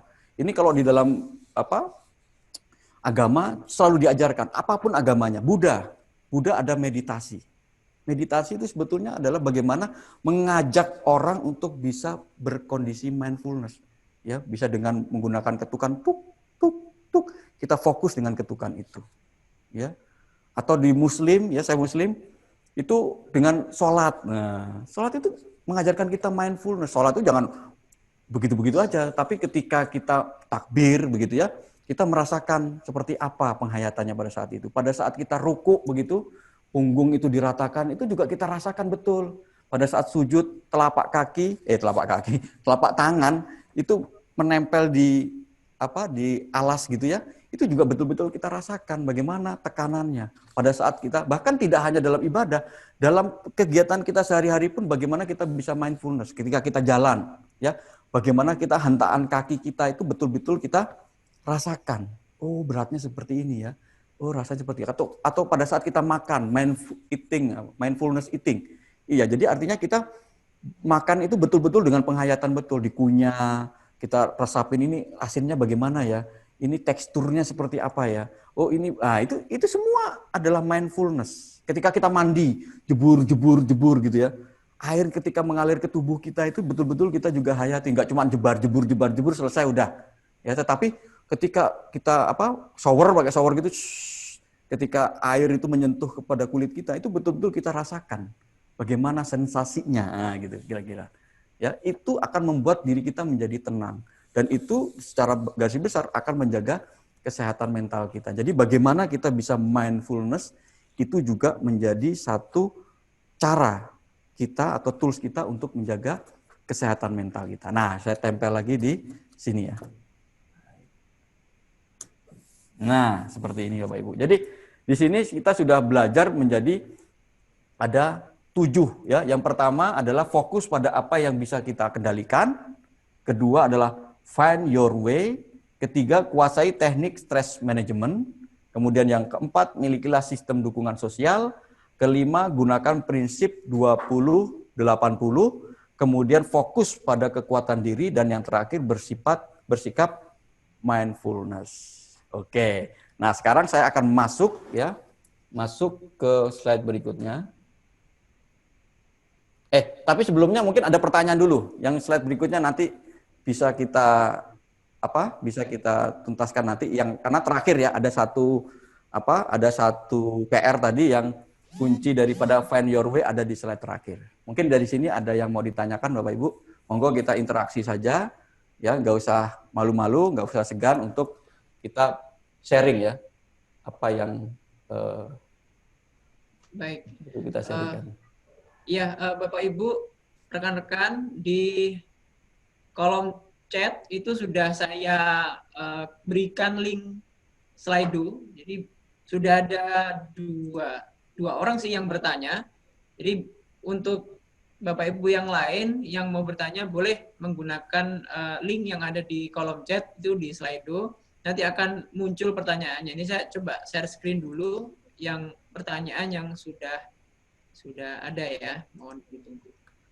Jadi biar pertanyaannya bisa kita akomodir dengan baik dan bisa dijawab satu persatu, silahkan untuk menuju link yang ada di kolom chat Bapak Ibu. Sudah saya posting di situ di kolom chat. Saya coba tampilkan dulu, mohon ditunggu sebentar. Sambil nunggu tampil, silakan Bapak Ibu. Silakan. Kalau mau lewat Slido boleh, atau mau langsung ngomong boleh. Ngomong juga boleh, silakan. Silakan, jangan malu-malu, saya ya. Assalamualaikum. Tidak menakutkan ya kan. Wah, Mas Andre Kalau yang mau bertanya langsung silahkan gunakan fitur raise hand ya. Di masing-masing Zoom itu ada fitur raise hand, coba dicari. Oh, itu Mas Andre itu tepuk tangan Mas Andre, bukan raise hand. Salah ya? Beda Mas, beda ya. Mas belum lulus ya. Belum lulus sertifikasi Zoom belum lulus. Belum lulus ya. Ya, raise hand itu nanti. Oke. Oke, silakan. Nah, itu baru benar Mas Andre. Nah, itu benar. Benar. Silakan Mas Andre. Mana wajah gantengnya? Enggak kelihatan. Salah klik. Ya, Assalamualaikum Pak Riko. Waalaikumsalam warahmatullahi wabarakatuh. Oke, untuk materi tulisnya 1, 2, 3, 4, 5, 6, 7 materi yang sangat bagus hari ini sudah kita pelajari bersama ya. Iya, betul. Kenapa Pak Ci? Oh, ada background-nya ya? Iya, ada burungnya di belakang. Iya. Burungnya ganteng sekali. Iya.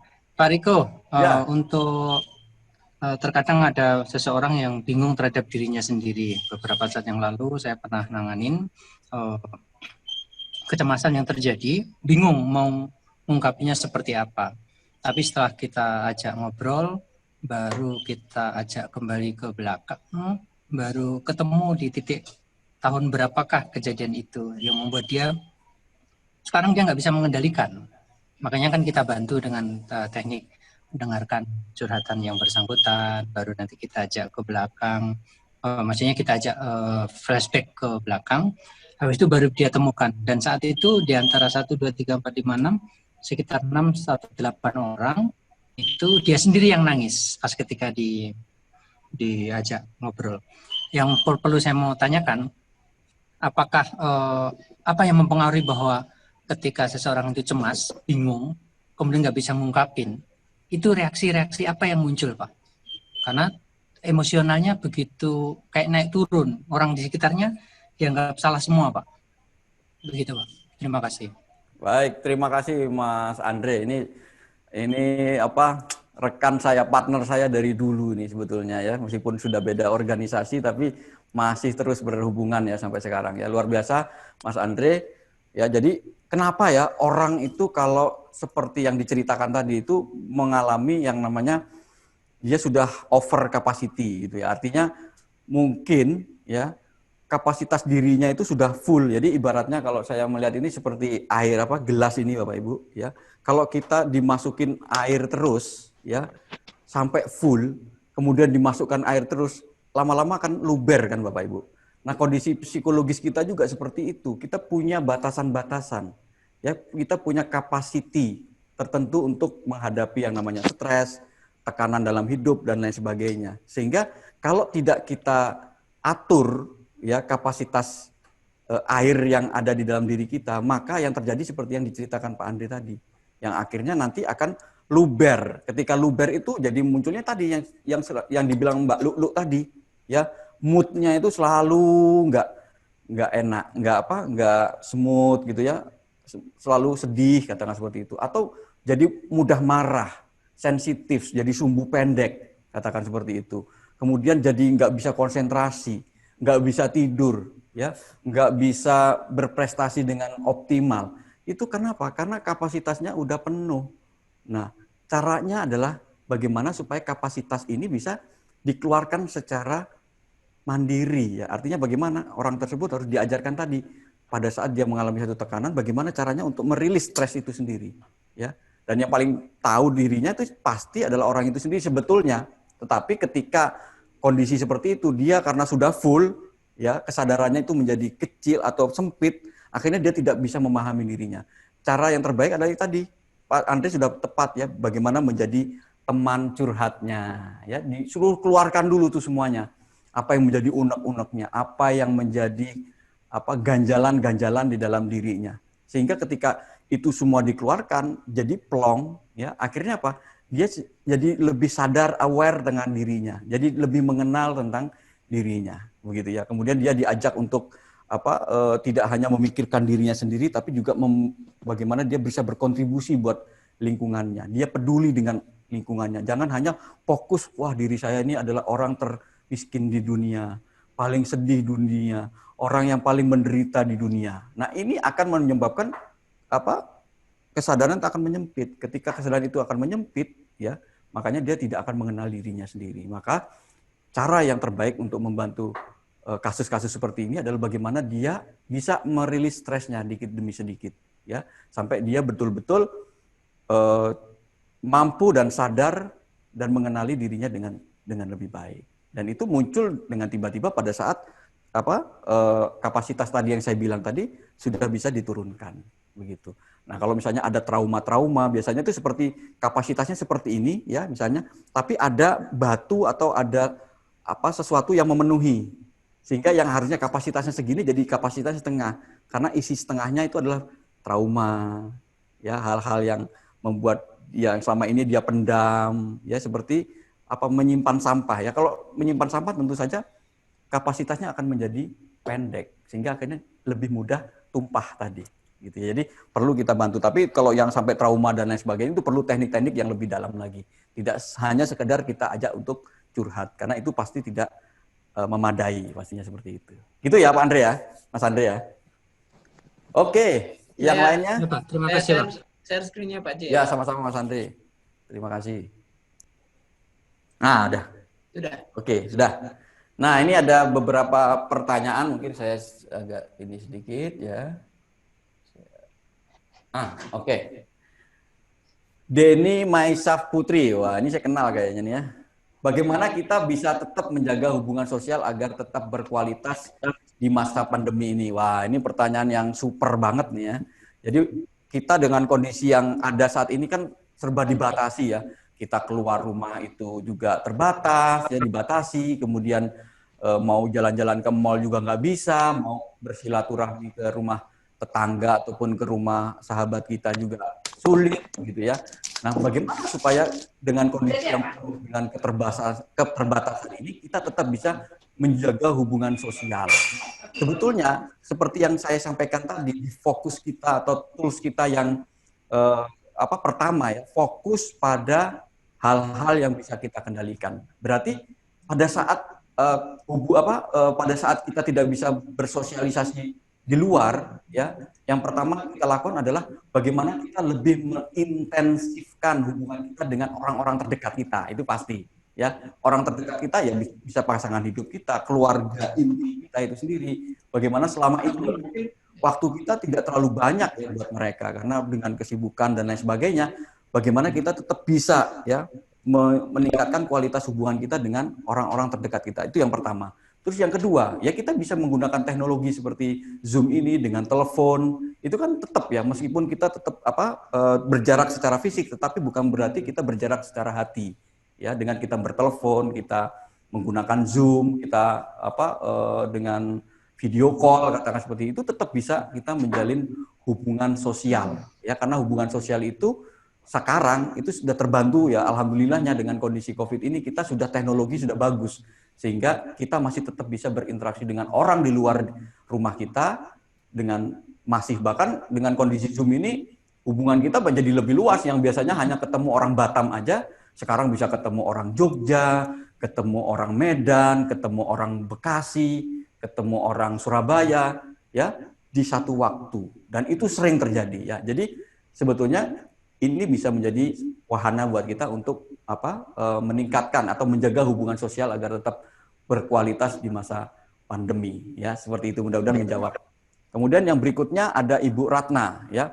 Bagaimana cara menghadapi orang yang suka menikam dari menikam dari belakang ya? Haruskah kita sekedar menjauhinya? Langkah-langkah apa yang kita ambil ya? Betul. Jadi yang pertama gini Bapak Ibu, kita juga harus ya tahu mana orang yang memberikan kita energi positif dan mana orang yang tidak memberikan kita energi positif, bahkan energi yang diberikan adalah negatif. Yang paling pertama benar sudah menjauhi atau menjarangkan ya ketemunya dengan orang-orang seperti itu. Karena apa? Karena kualitas hidup kita juga terpengaruh ya tergantung juga dengan siapa orang terdekat kita. Kalau orang terdekat kita jadi kalau kita mau sukses, ya kita harus kenalan dengan orang-orang sukses yang lain. Kalau kita mau maju, ya kita juga harus punya banyak teman orang-orang yang maju. Kalau banyak orang yang sifatnya toksik seperti ini, berarti harus dieliminate. Dan caranya cuma ada 3. Apapun masalah Anda, mau itu orang yang susah, mau pekerjaan yang susah, mau bos Anda yang susah, pendekatannya cuma 3. Ya. Yang pertama apa Bapak Ibu? Kalau bisa dihindari, hindari. Itu sudah pasti. Wah, tapi masalahnya tidak semuanya bisa kita hindari. Berarti kita harus merubah situasinya. Nah, kalau kita merubah situasinya berarti kita harus meningkatkan kapasitas diri kita, keterampilan diri kita, komunikasi kita, negosiasi kita, kemampuan kita mempengaruhi orang lain, itu harus kita tingkatkan. Ya, karena apa? Karena kita akan merubah situasi yang ada. Ya gitu kan. Kemudian yang ketiga, ya setelah kita mengabaikan nggak bisa, kemudian kita merubah juga nggak bisa, katakan begitu ya, udah kita sudah meningkatkan kapasitas diri, ternyata masih tetap nggak bisa. Berarti mau tidak mau kita menggunakan jalan pamungkas, senjata pamungkas yang ketiga Bapak Ibu. Apa itu? Senjata pamungkas itu yang namanya merubah persepsi kita. Ya udah kita anggap aja dia orang gila, kita anggap aja dia orang yang memang seperti itulah begitu ya, nggak bisa dirubah lagi, berarti persepsi kita yang kita rubah gitu kan. Ya kita buat lucu-lucuan, jadi supaya kita nggak stres, supaya kita nggak merasa ditikam dari belakang terus oleh orang tersebut. Jadi ya sudah, biarkan dia seperti tidak nyata dalam kehidupan kita. Ya seperti itu. Jadi persepsi kita yang kita rubah. Atau kita menyatakan, oh dia orang sakit yang perlu ditolong, yang perlu dimaklumi dan lain sebagainya. Jadi tidak membuat kita menjadi terbebani. Apapun masalah Anda, gunakan 3 pendekatan tersebut. Baik, itu Ibu Ratna ya. Mudah-mudahan tidak puas karena saya bukan alat pemuas ya Bu Ratna ya. Nah ini ketemu lagi anonimus ya. Kemarin juga banyak yang namanya anonimus. Nah sekarang ini ada juga ya anonimus, tapi nggak apa-apa. Ya Pak, Bu anonimus ya. Pak, bagaimana menghadapi orang yang sedang mengalami masalah yang sangat banyak agar dia tidak fokus untuk menyelesaikan satu persatu masalahnya. Nah, maksudnya gimana nih? Malah justru bagus ini menyelesaikan satu persatu masalahnya, karena kalau secara sekaligus tentu saja nggak bisa. Ya, kita harus fokus. Kita membedah, ini masalahnya sangat banyak nih. Seperti yang saya bilang tadi, tools keberapa tadi ya? Yang menggunakan tools kelima, gunakan prinsip 20-80. Kita harus tahu, meskipun permasalahan kita banyak, kita yakin hanya sekitar 20% saja yang kontribusinya 80. Kita selesaikan yang 20. Maka hidup kita akan lebih enteng. Sehingga nanti masalah-masalah yang kecil yang berikutnya itu bisa kita atasi dengan baik. Ya, gunakan ini. Prinsip 20-80. Ya, selesaikan satu persatu, jangan langsung sekaligus. Saya rasa juga sulit ya. Kita bukan Superman ya. Kita juga harus membuat skala prioritas. Nah, skala prioritas itu disusun menggunakan prinsip 20-80. Oke ya, anonimus. Ya, anonimus yang berikutnya, bagaimana cara menghilangkan ingatan yang membuat stres karena sesuatu yang telah terlalu lama kadang muncul jika ada pemicu untuk teringat kembali. Ya, wah ini ya galau ini ya sepertinya ya. Yang teringat dengan mantan ya, belum move on ya. Sebetulnya caranya adalah mindfulness. Ya, ini aja ininya. Bagaimana kita belajar untuk mindfulness? Caranya gimana? Caranya macam-macam, ya. Nikmati apa yang Anda lakukan saat ini dan di sini, ya. Here and now katanya begitu. Jadi kita harus benar-benar sadar penuh, ya. Kita itu sekarang ada di ruangan ini, ya. Sedang di sini bersama siapa? Katanya kita hadir penuh, ya. Ketika kita ngomong dengan orang lain, ya, jangan main HP, ya jangan kesana bukan ke sini. Fokus kepada orang tersebut, hadir 100% terhadap orang tersebut. Ketika kita tidak banyak hadir 100% dengan di sini dan saat ini, maka di situ kita memberi ruang pada masa lalu kita untuk masuk kembali. Tapi kalau kita hidupnya penuh dengan mindfulness, kita nggak diberikan peluang kepada yang namanya masa lalu tadi untuk mengganggu kehidupan kita. Begitu ya, mudah-mudahan menjawab. Oke, yang berikutnya, Mbak Luk tadi ya. Pak, jika saya curhat di medsos dengan tujuan untuk mengklarifikasi berita hoax yang disebarkan oleh orang-orang yang tidak tahu cerita sebenarnya, bagaimana, apa masih tidak baik? Ya saya rasa tidak baik jawabannya. Ya karena itu bukan cara komunikasi yang baik. Cara komunikasi yang baik jelas harus kita belajar untuk bersikap asertif, ya. Bersikap asertif atau berkomunikasi secara asertif itu bagaimana kita memposisikan diri kita sejajar dengan orang tersebut. Kita tidak merasa lebih hebat dari orang tersebut atau bahkan kita merasa lebih rendah. Jadi kita harus bisa menyampaikan apa yang menjadi perasaan kita dan apa yang menjadi pikiran kita kepada orang lain secara terbuka, secara tegas, secara to the point, ya. Tetapi dengan cara-cara yang bisa diterima, begitu ya.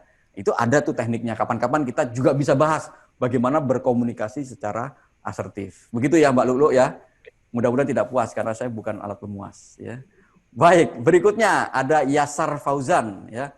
Universitas Trunojoyo Madura. Wah, ketemu saudara. Saya masih ada darah Madura soalnya, ya. Pak Yasar Fauzan, ini bapak saya orang Madura juga, Pak. Izin bertanya, Pak, terkait kesehatan mental. Menurut Bapak sendiri, apa itu toxic people?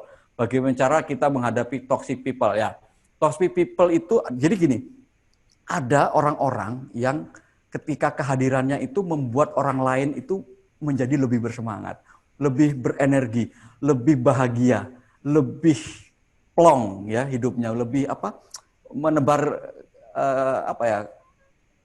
kesenangan, katakan seperti itu ya. Tapi ada juga orang tuh kehadirannya yang seperti menyedot energi kita, seperti Dracula Bapak Ibu, seperti yang kita itu kayaknya lemes, letih gitu, capek ya kalau ada orang itu. Nah, itu yang disebut dengan sebetulnya toxic people. Orang-orang yang beracun ya.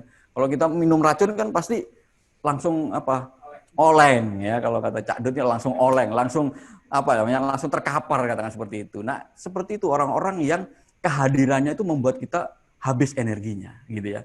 Tapi ada juga orang-orang yang sebaliknya, ketika kehadirannya itu ditunggu-tunggu, malah bikin orang itu semakin happy, merasa bergairah, merasa bersemangat. Nah, itu orang-orang yang harusnya menjadi bagian dari tim Avengers kita, gitu ya. Kalau kita mau mendapatkan sistem dukungan sosial, cari orang-orang yang menebarkan energi positif, ya.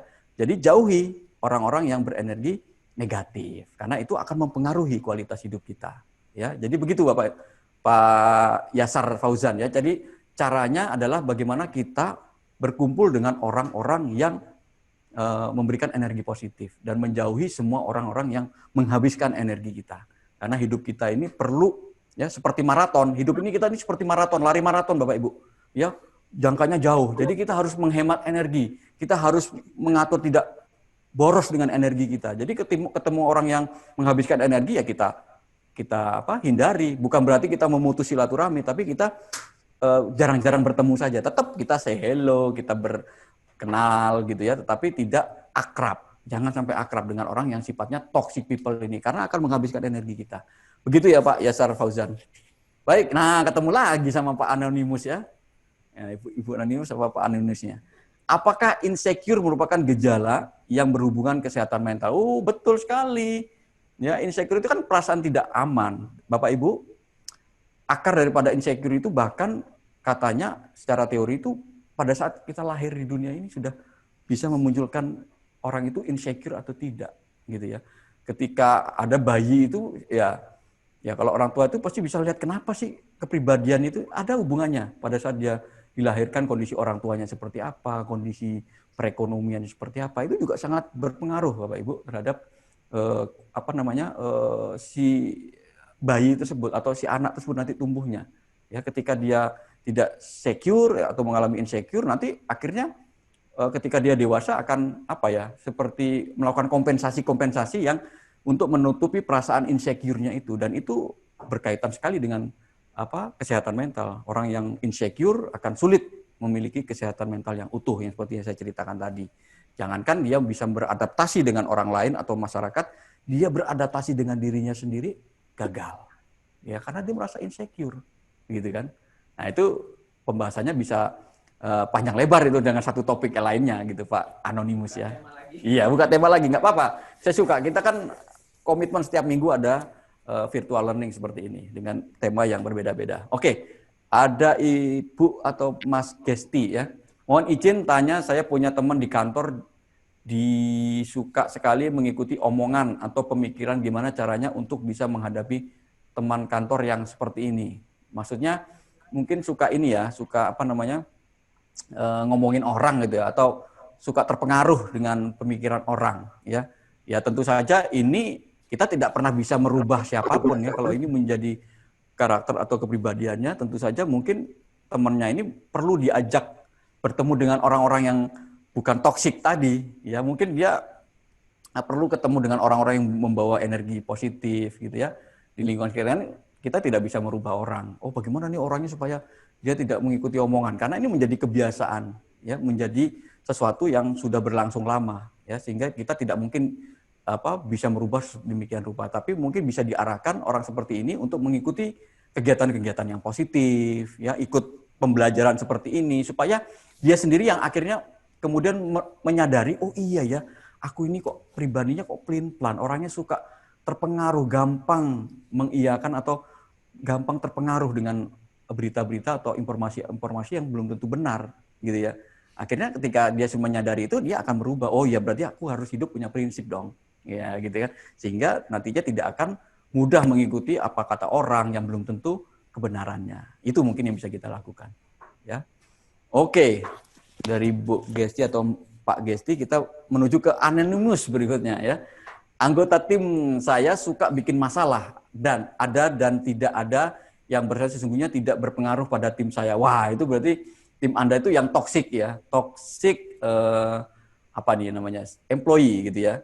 Bagaimana menghadapi tipikal pribadi seperti ini. Nah, tapi gini, kalau Anda sebagai atasan tentu saja tidak bisa mengabaikan, ya. Anda atasan. Kalau ini Anda atasan, ya. Kalau itu teman satu level berarti bisa diabaikan, ya. Tapi kalau Anda sebagai seorang atasan tentu saja tidak bisa diabaikan. Yang dilakukan adalah itu tadi, ya, bagaimana kita itu merubah situasinya. Mungkin dia berbuat seperti itu karena ada situasi yang menyebabkan dia seperti itu. Nah, kita coba untuk memahami dia, coba untuk bicara dari hati ke hati dengan dia, coba memberikan inspirasi supaya dia berubah, dia menjadi pribadi yang lebih baik, gitu ya. Nah, seperti itu, Pak. Jadi kemudian kalau misalnya belum bisa lagi, ya berarti kita harus merubah persepsi kita. Kalau situasinya tidak bisa rubah, berarti persepsi kita yang kita rubah. Ya, kita harus menganggap dia sebagai orang yang sakit yang perlu kita tolong. Ya, kalau kita punya perasaan seperti itu, kita merasa tidak sakit hati. Tapi kalau misalnya kita nggak mempersepsi seperti itu, kita merasa kok jadi beban buat saya, ya. Tapi kalau misalnya ini orangnya kasihan, dia sakit, dia perlu kita bantu, dia perlu kita tolong. Tentu saja kita tidak merasa terbebani yang sangat berat. Nah, seperti itu Bapak Ibu, ya. Oke, itu tadi Pak Anonimus. Berikutnya Pak Anonimus lagi nih. Pak, bagaimana cara mengatasi kecemasan berlebihan yang sudah mengganggu aktivitas sehari-hari? Nah, tentu saja mengatasi kecemasan itu kita perlu tahu dulu apa stresornya, ya. Jadi kalau kita tadi harus menguasai teknik stress management. Nah, ketika kita mau menguasai teknik stress management, yang paling pertama penting adalah apa sumber stresnya. Karena stres itu yang akhirnya menimbulkan kecemasan tadi. Tapi kalau itu kecemasan yang kita tidak tahu sumbernya, bisa saja karena ketakutan dari masa lalu atau yang masa depan tadi. Berarti perlu yang namanya bersikap mindfulness. Nah, itu nanti ada topik tersendiri juga yang lebih dalam membicarakan tentang hal tersebut, ya. Kemudian yang terakhir nih, Anonimus, mengapa seseorang mudah menangis tidak hanya karena sedang sedih, haru, bahagia, bahkan ketika hanya nonton film bisa nangis, tidak ingin menangis tapi keluar air mata. Waduh. Wah, mindfulness banget tuh kata Cak Dut, ya. Artinya apa? Dia larut, ya. Dia dalam kondisi flow dengan kondisi yang ada seperti itu, hanya nonton film tapi dia bisa menghayati. Berarti kan dia bisa fokus gitu, ya, sampai dia masuk dan berempati dengan tokoh-tokoh yang ada di film tersebut. Padahal itu sesuatu yang tidak nyata. Ya, menurut saya tidak ada masalah, ya. Malah bagus, itu bisa menstimulasi emosi kita, bisa membuat kita menjadi lebih peka sehingga ketika kita berhadapan dengan situasi itu di dunia nyata, kita juga akan mudah untuk peduli dan lebih memberikan perhatian kepada kondisi-kondisi yang seperti itu. Good, enggak masalah, ya, kalau nonton film Korea nih kayaknya. Ya. Oke, Bapak Ibu. Nah, ini sudah selesai ini pertanyaannya, ya, sudah semua saya jawab. Mudah-mudahan tidak puas, saya doakan, karena saya bukan alat pemuas, ya. Nah, berarti saya akan tutup, ya. Sebelum kita tutup, kita kembali ke slide terakhir yang ini menjadi jawaban daripada find your way juga, ya. Nah, ini Bapak Ibu. Nah, ini Bapak Ibu. Jadi jawaban daripada find your way itu karena ini Bapak Ibu. Jadi Friedrich Nietzsche mengatakan bahwa he who has a why to live for can bear almost anyhow. Jadi orang yang tahu why-nya ini tadi ya kan, find your way ya. Orang yang tahu why ini ya dia akan mampu menghadapi berbagai macam tantangan dalam hidupnya. Ya, artinya apa? Dia itu ketika dalam kondisi susah dia bisa melihat, oh ini bukan akhir dari segalanya. Aku tahu kan alasanku hidup ini adalah untuk ini. Ya, jadi ketika dia menghadapi satu kesusahan, ketika dia mengalami satu musibah, dia mengalami satu penderitaan, dia bisa bertahan. Dia bisa mengatasi itu, bisa menjaga optimismenya, dia bisa menyalakan yang namanya harapan dalam hidupnya. Sehingga dia bisa keluar dari lorong gelap dan menuju cahaya. Ya, jadi orang yang bisa menemukan why, ya itu imunitas kita yang terkuat. Ya, ketika kita tahu hidup kita ini untuk apa, ya hidup kita ini tujuannya apa sih makna hidup kita, maka seluruh permasalahan dalam hidup kita menjadi bingkai yang indah, ya dalam kehidupan ini. Dan justru kita akan banyak bersyukur dan bahkan melihat segala macam musibah, segala macam tantangan, sebagai macam penderitaan itu adalah bermanfaat besar buat kita untuk meningkatkan kapasitas diri kita. Kita menjadi lebih besar daripada masalah yang kita hadapi saat itu. Baik, mungkin itu saja yang bisa kita sharingkan siang hari ini. Mohon maaf banget apabila ada hal-hal, ada kata-kata saya, ada pernyataan-pernyataan saya yang kurang berkenan. Mohon dimaafkan dan semoga kita bertemu di virtual learning P2SDM selanjutnya. Salam sehat dan bahagia untuk kita semua. Yap. Ada pertanyaan satu. Oh, mau dijawab nggak? Ada pertanyaan satu. Ya, boleh ya dijawab ya. Mau dijawab. Boleh. Nanti nggak bisa tidur ya. Kita coba jawab, nggak apa-apa. Ya meskipun sudah saya tutup, tapi masih ya, ada. Terbuka ya, nggak apa-apa. Tutup nyangkut. Buka lagi ya. Ada yang nyangkut katanya. Baik. Anonimus lagi ya. Pak Riko mau nanya, apakah karakter seorang itu bisa menentukan sehatnya mental? Waduh, pertanyaan super sekali ini. Kalau tahu orangnya ini saya kasih hadiah ini, tapi karena anonimus jadi nggak saya kasih hadiah. Baik, ini jadi benar Bapak Ibu, karakter itu sangat berkaitan dengan kesehatan mental. Tidak hanya kesehatan mental, karakter itulah yang akan membuat kita bahagia atau tidak. Nah, ini jawabannya ada di sesi sebelumnya ya. Pak Henry tahu itu. Ya, jadi karakter itu yang menyebabkan seseorang itu bahagia atau tidak Bapak Ibu. Ya. Artinya karakter itu ketika kita bicara karakter itu bicara tentang baik dan buruk. Kalau kita bicara tentang kepribadian, tidak ada yang baik, tidak ada yang buruk, tergantung konteksnya. Tapi kalau kita bicara tentang karakter, apapun konteksnya itu adalah baik atau buruk. Ya, namanya korupsi, mau konteksnya apa saja, itu pasti buruk Bapak Ibu. Yang namanya seorang pahlawan dalam konteks apapun itu pasti baik. Nah, itu yang disebut dengan kepribadian. Begitu Bapak Ibu ya. Itu yang disebut dengan karakter, sorry. Ya, karakter itu justru yang akan membuat kita bahagia. Kenapa kita sulit bahagia? Karena kita tidak tahu apa nilai hidup kita. Itu kuncinya. Baik, terima kasih. Assalamualaikum warahmatullahi wabarakatuh. Salam sehat, salam bahagia untuk kita semua. Saya kembalikan kepada Cak Dut, silakan. Ya, Waalaikumsalam warahmatullahi wabarakatuh. Waalaikumsalam. Wah, alhamdulillah super sekali ya Bapak Ibu. Bahasan sore hari ini. Pertanyaannya ngalir terus. Tapi itu sudah pertanyaan terakhir ya, udah nggak ada lagi nih. Ya, sengaja sih dari awal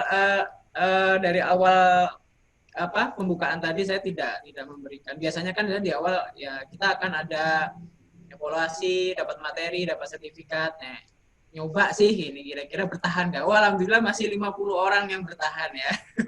dari 70-an orang. Ya. Seperti biasa Bapak Ibu, kita akan memberikan soft copy materi. Saya nge-freeze ya. Sebentar ya.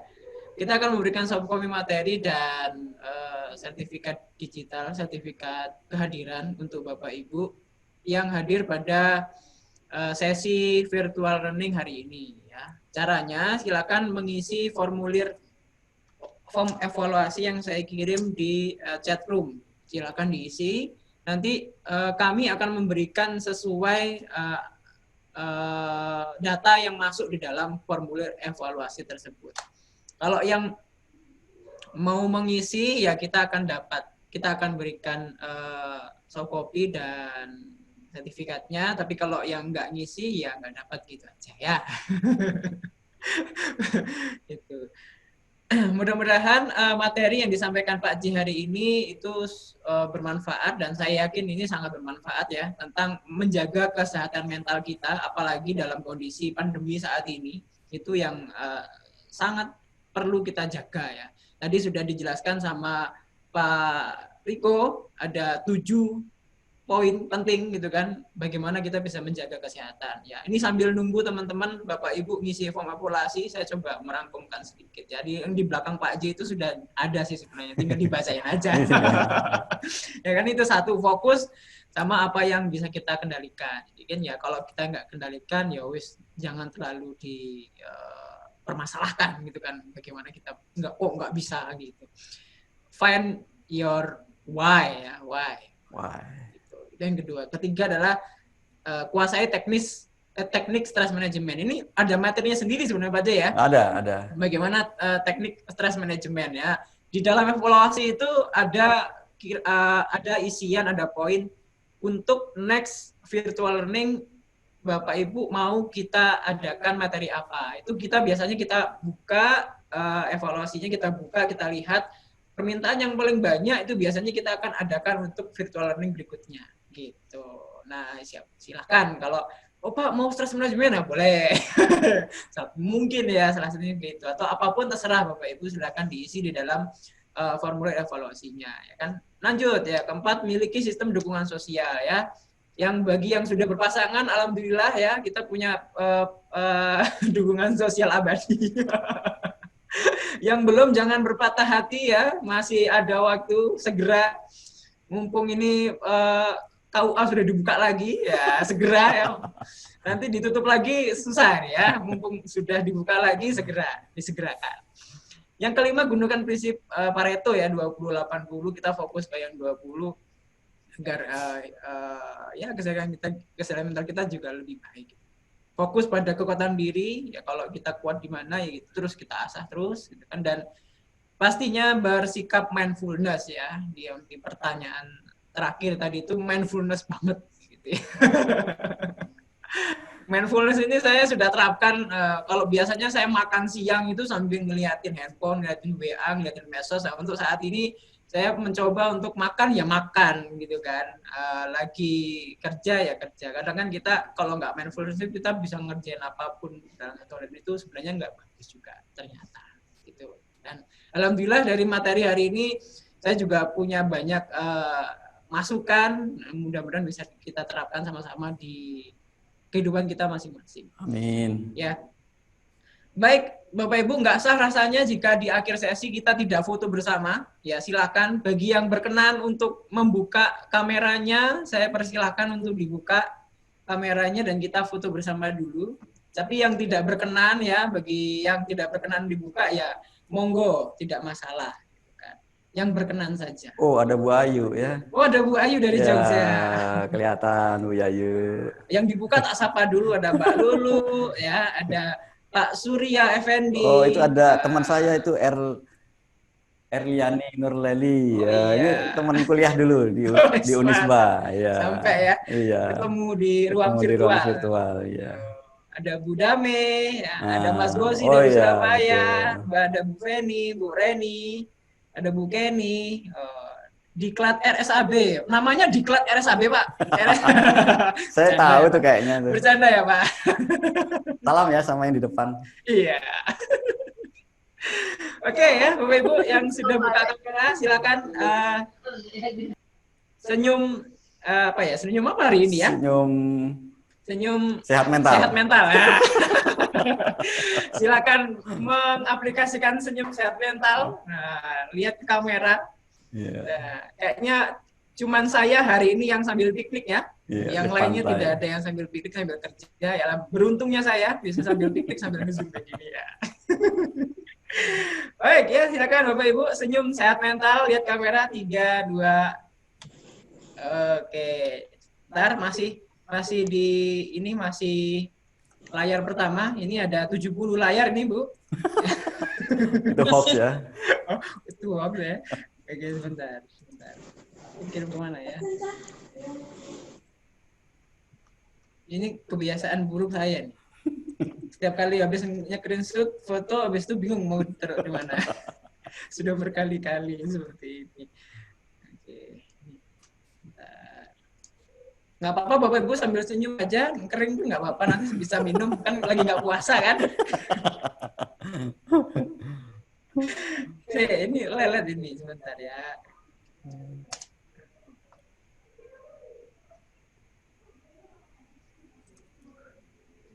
Wah, jadi ini. Mohon maafkan saya, ini ada teknisnya. Mbak Ade bisa bantu? Screenshot Mbak Ade kalau bisa bantu. Komputer saya lagi meracuk ini, Mbak. Meracuk ya. Udah dari tadi. Oh, sudah dari tadi ya. Udah. Nggak bilang-bilang ya kan. Ya, Kering semua nih giginya. Kita sudah sekering loh, Mbak Ade, diem-diem aja ini. Ya, Oke. Bapak Ibu, terima kasih atas partisipasinya pada hari ini. Mudah-mudahan kita masih bisa berjumpa kembali di virtual learning P2SCM di sesi-sesi dan tema-tema menarik selanjutnya. Kami berkomitmen, insya Allah setiap 1 minggu sekali kita adakan. Jadi beruntung bagi Bapak Ibu yang sudah terdaftar sebagai peserta, insya Allah kita akan selalu menginformasikan ke nomor WhatsApp Bapak Ibu masing-masing. Baik, saya dari P2SCM selaku host, mohon pamit Bapak Ibu ya. Mohon maaf jika dalam virtual learning hari ini ada beberapa kesalahan. Dan sekali lagi, semoga kita selalu dalam keadaan sehat. Amin. Dalam selalu keadaan bahagia. Amin. Dan selalu dalam lindungan Tuhan Yang Maha Esa. Amin. Terima kasih. Sampai jumpa. Assalamualaikum warahmatullahi wabarakatuh. Waalaikumsalam warahmatullahi wabarakatuh.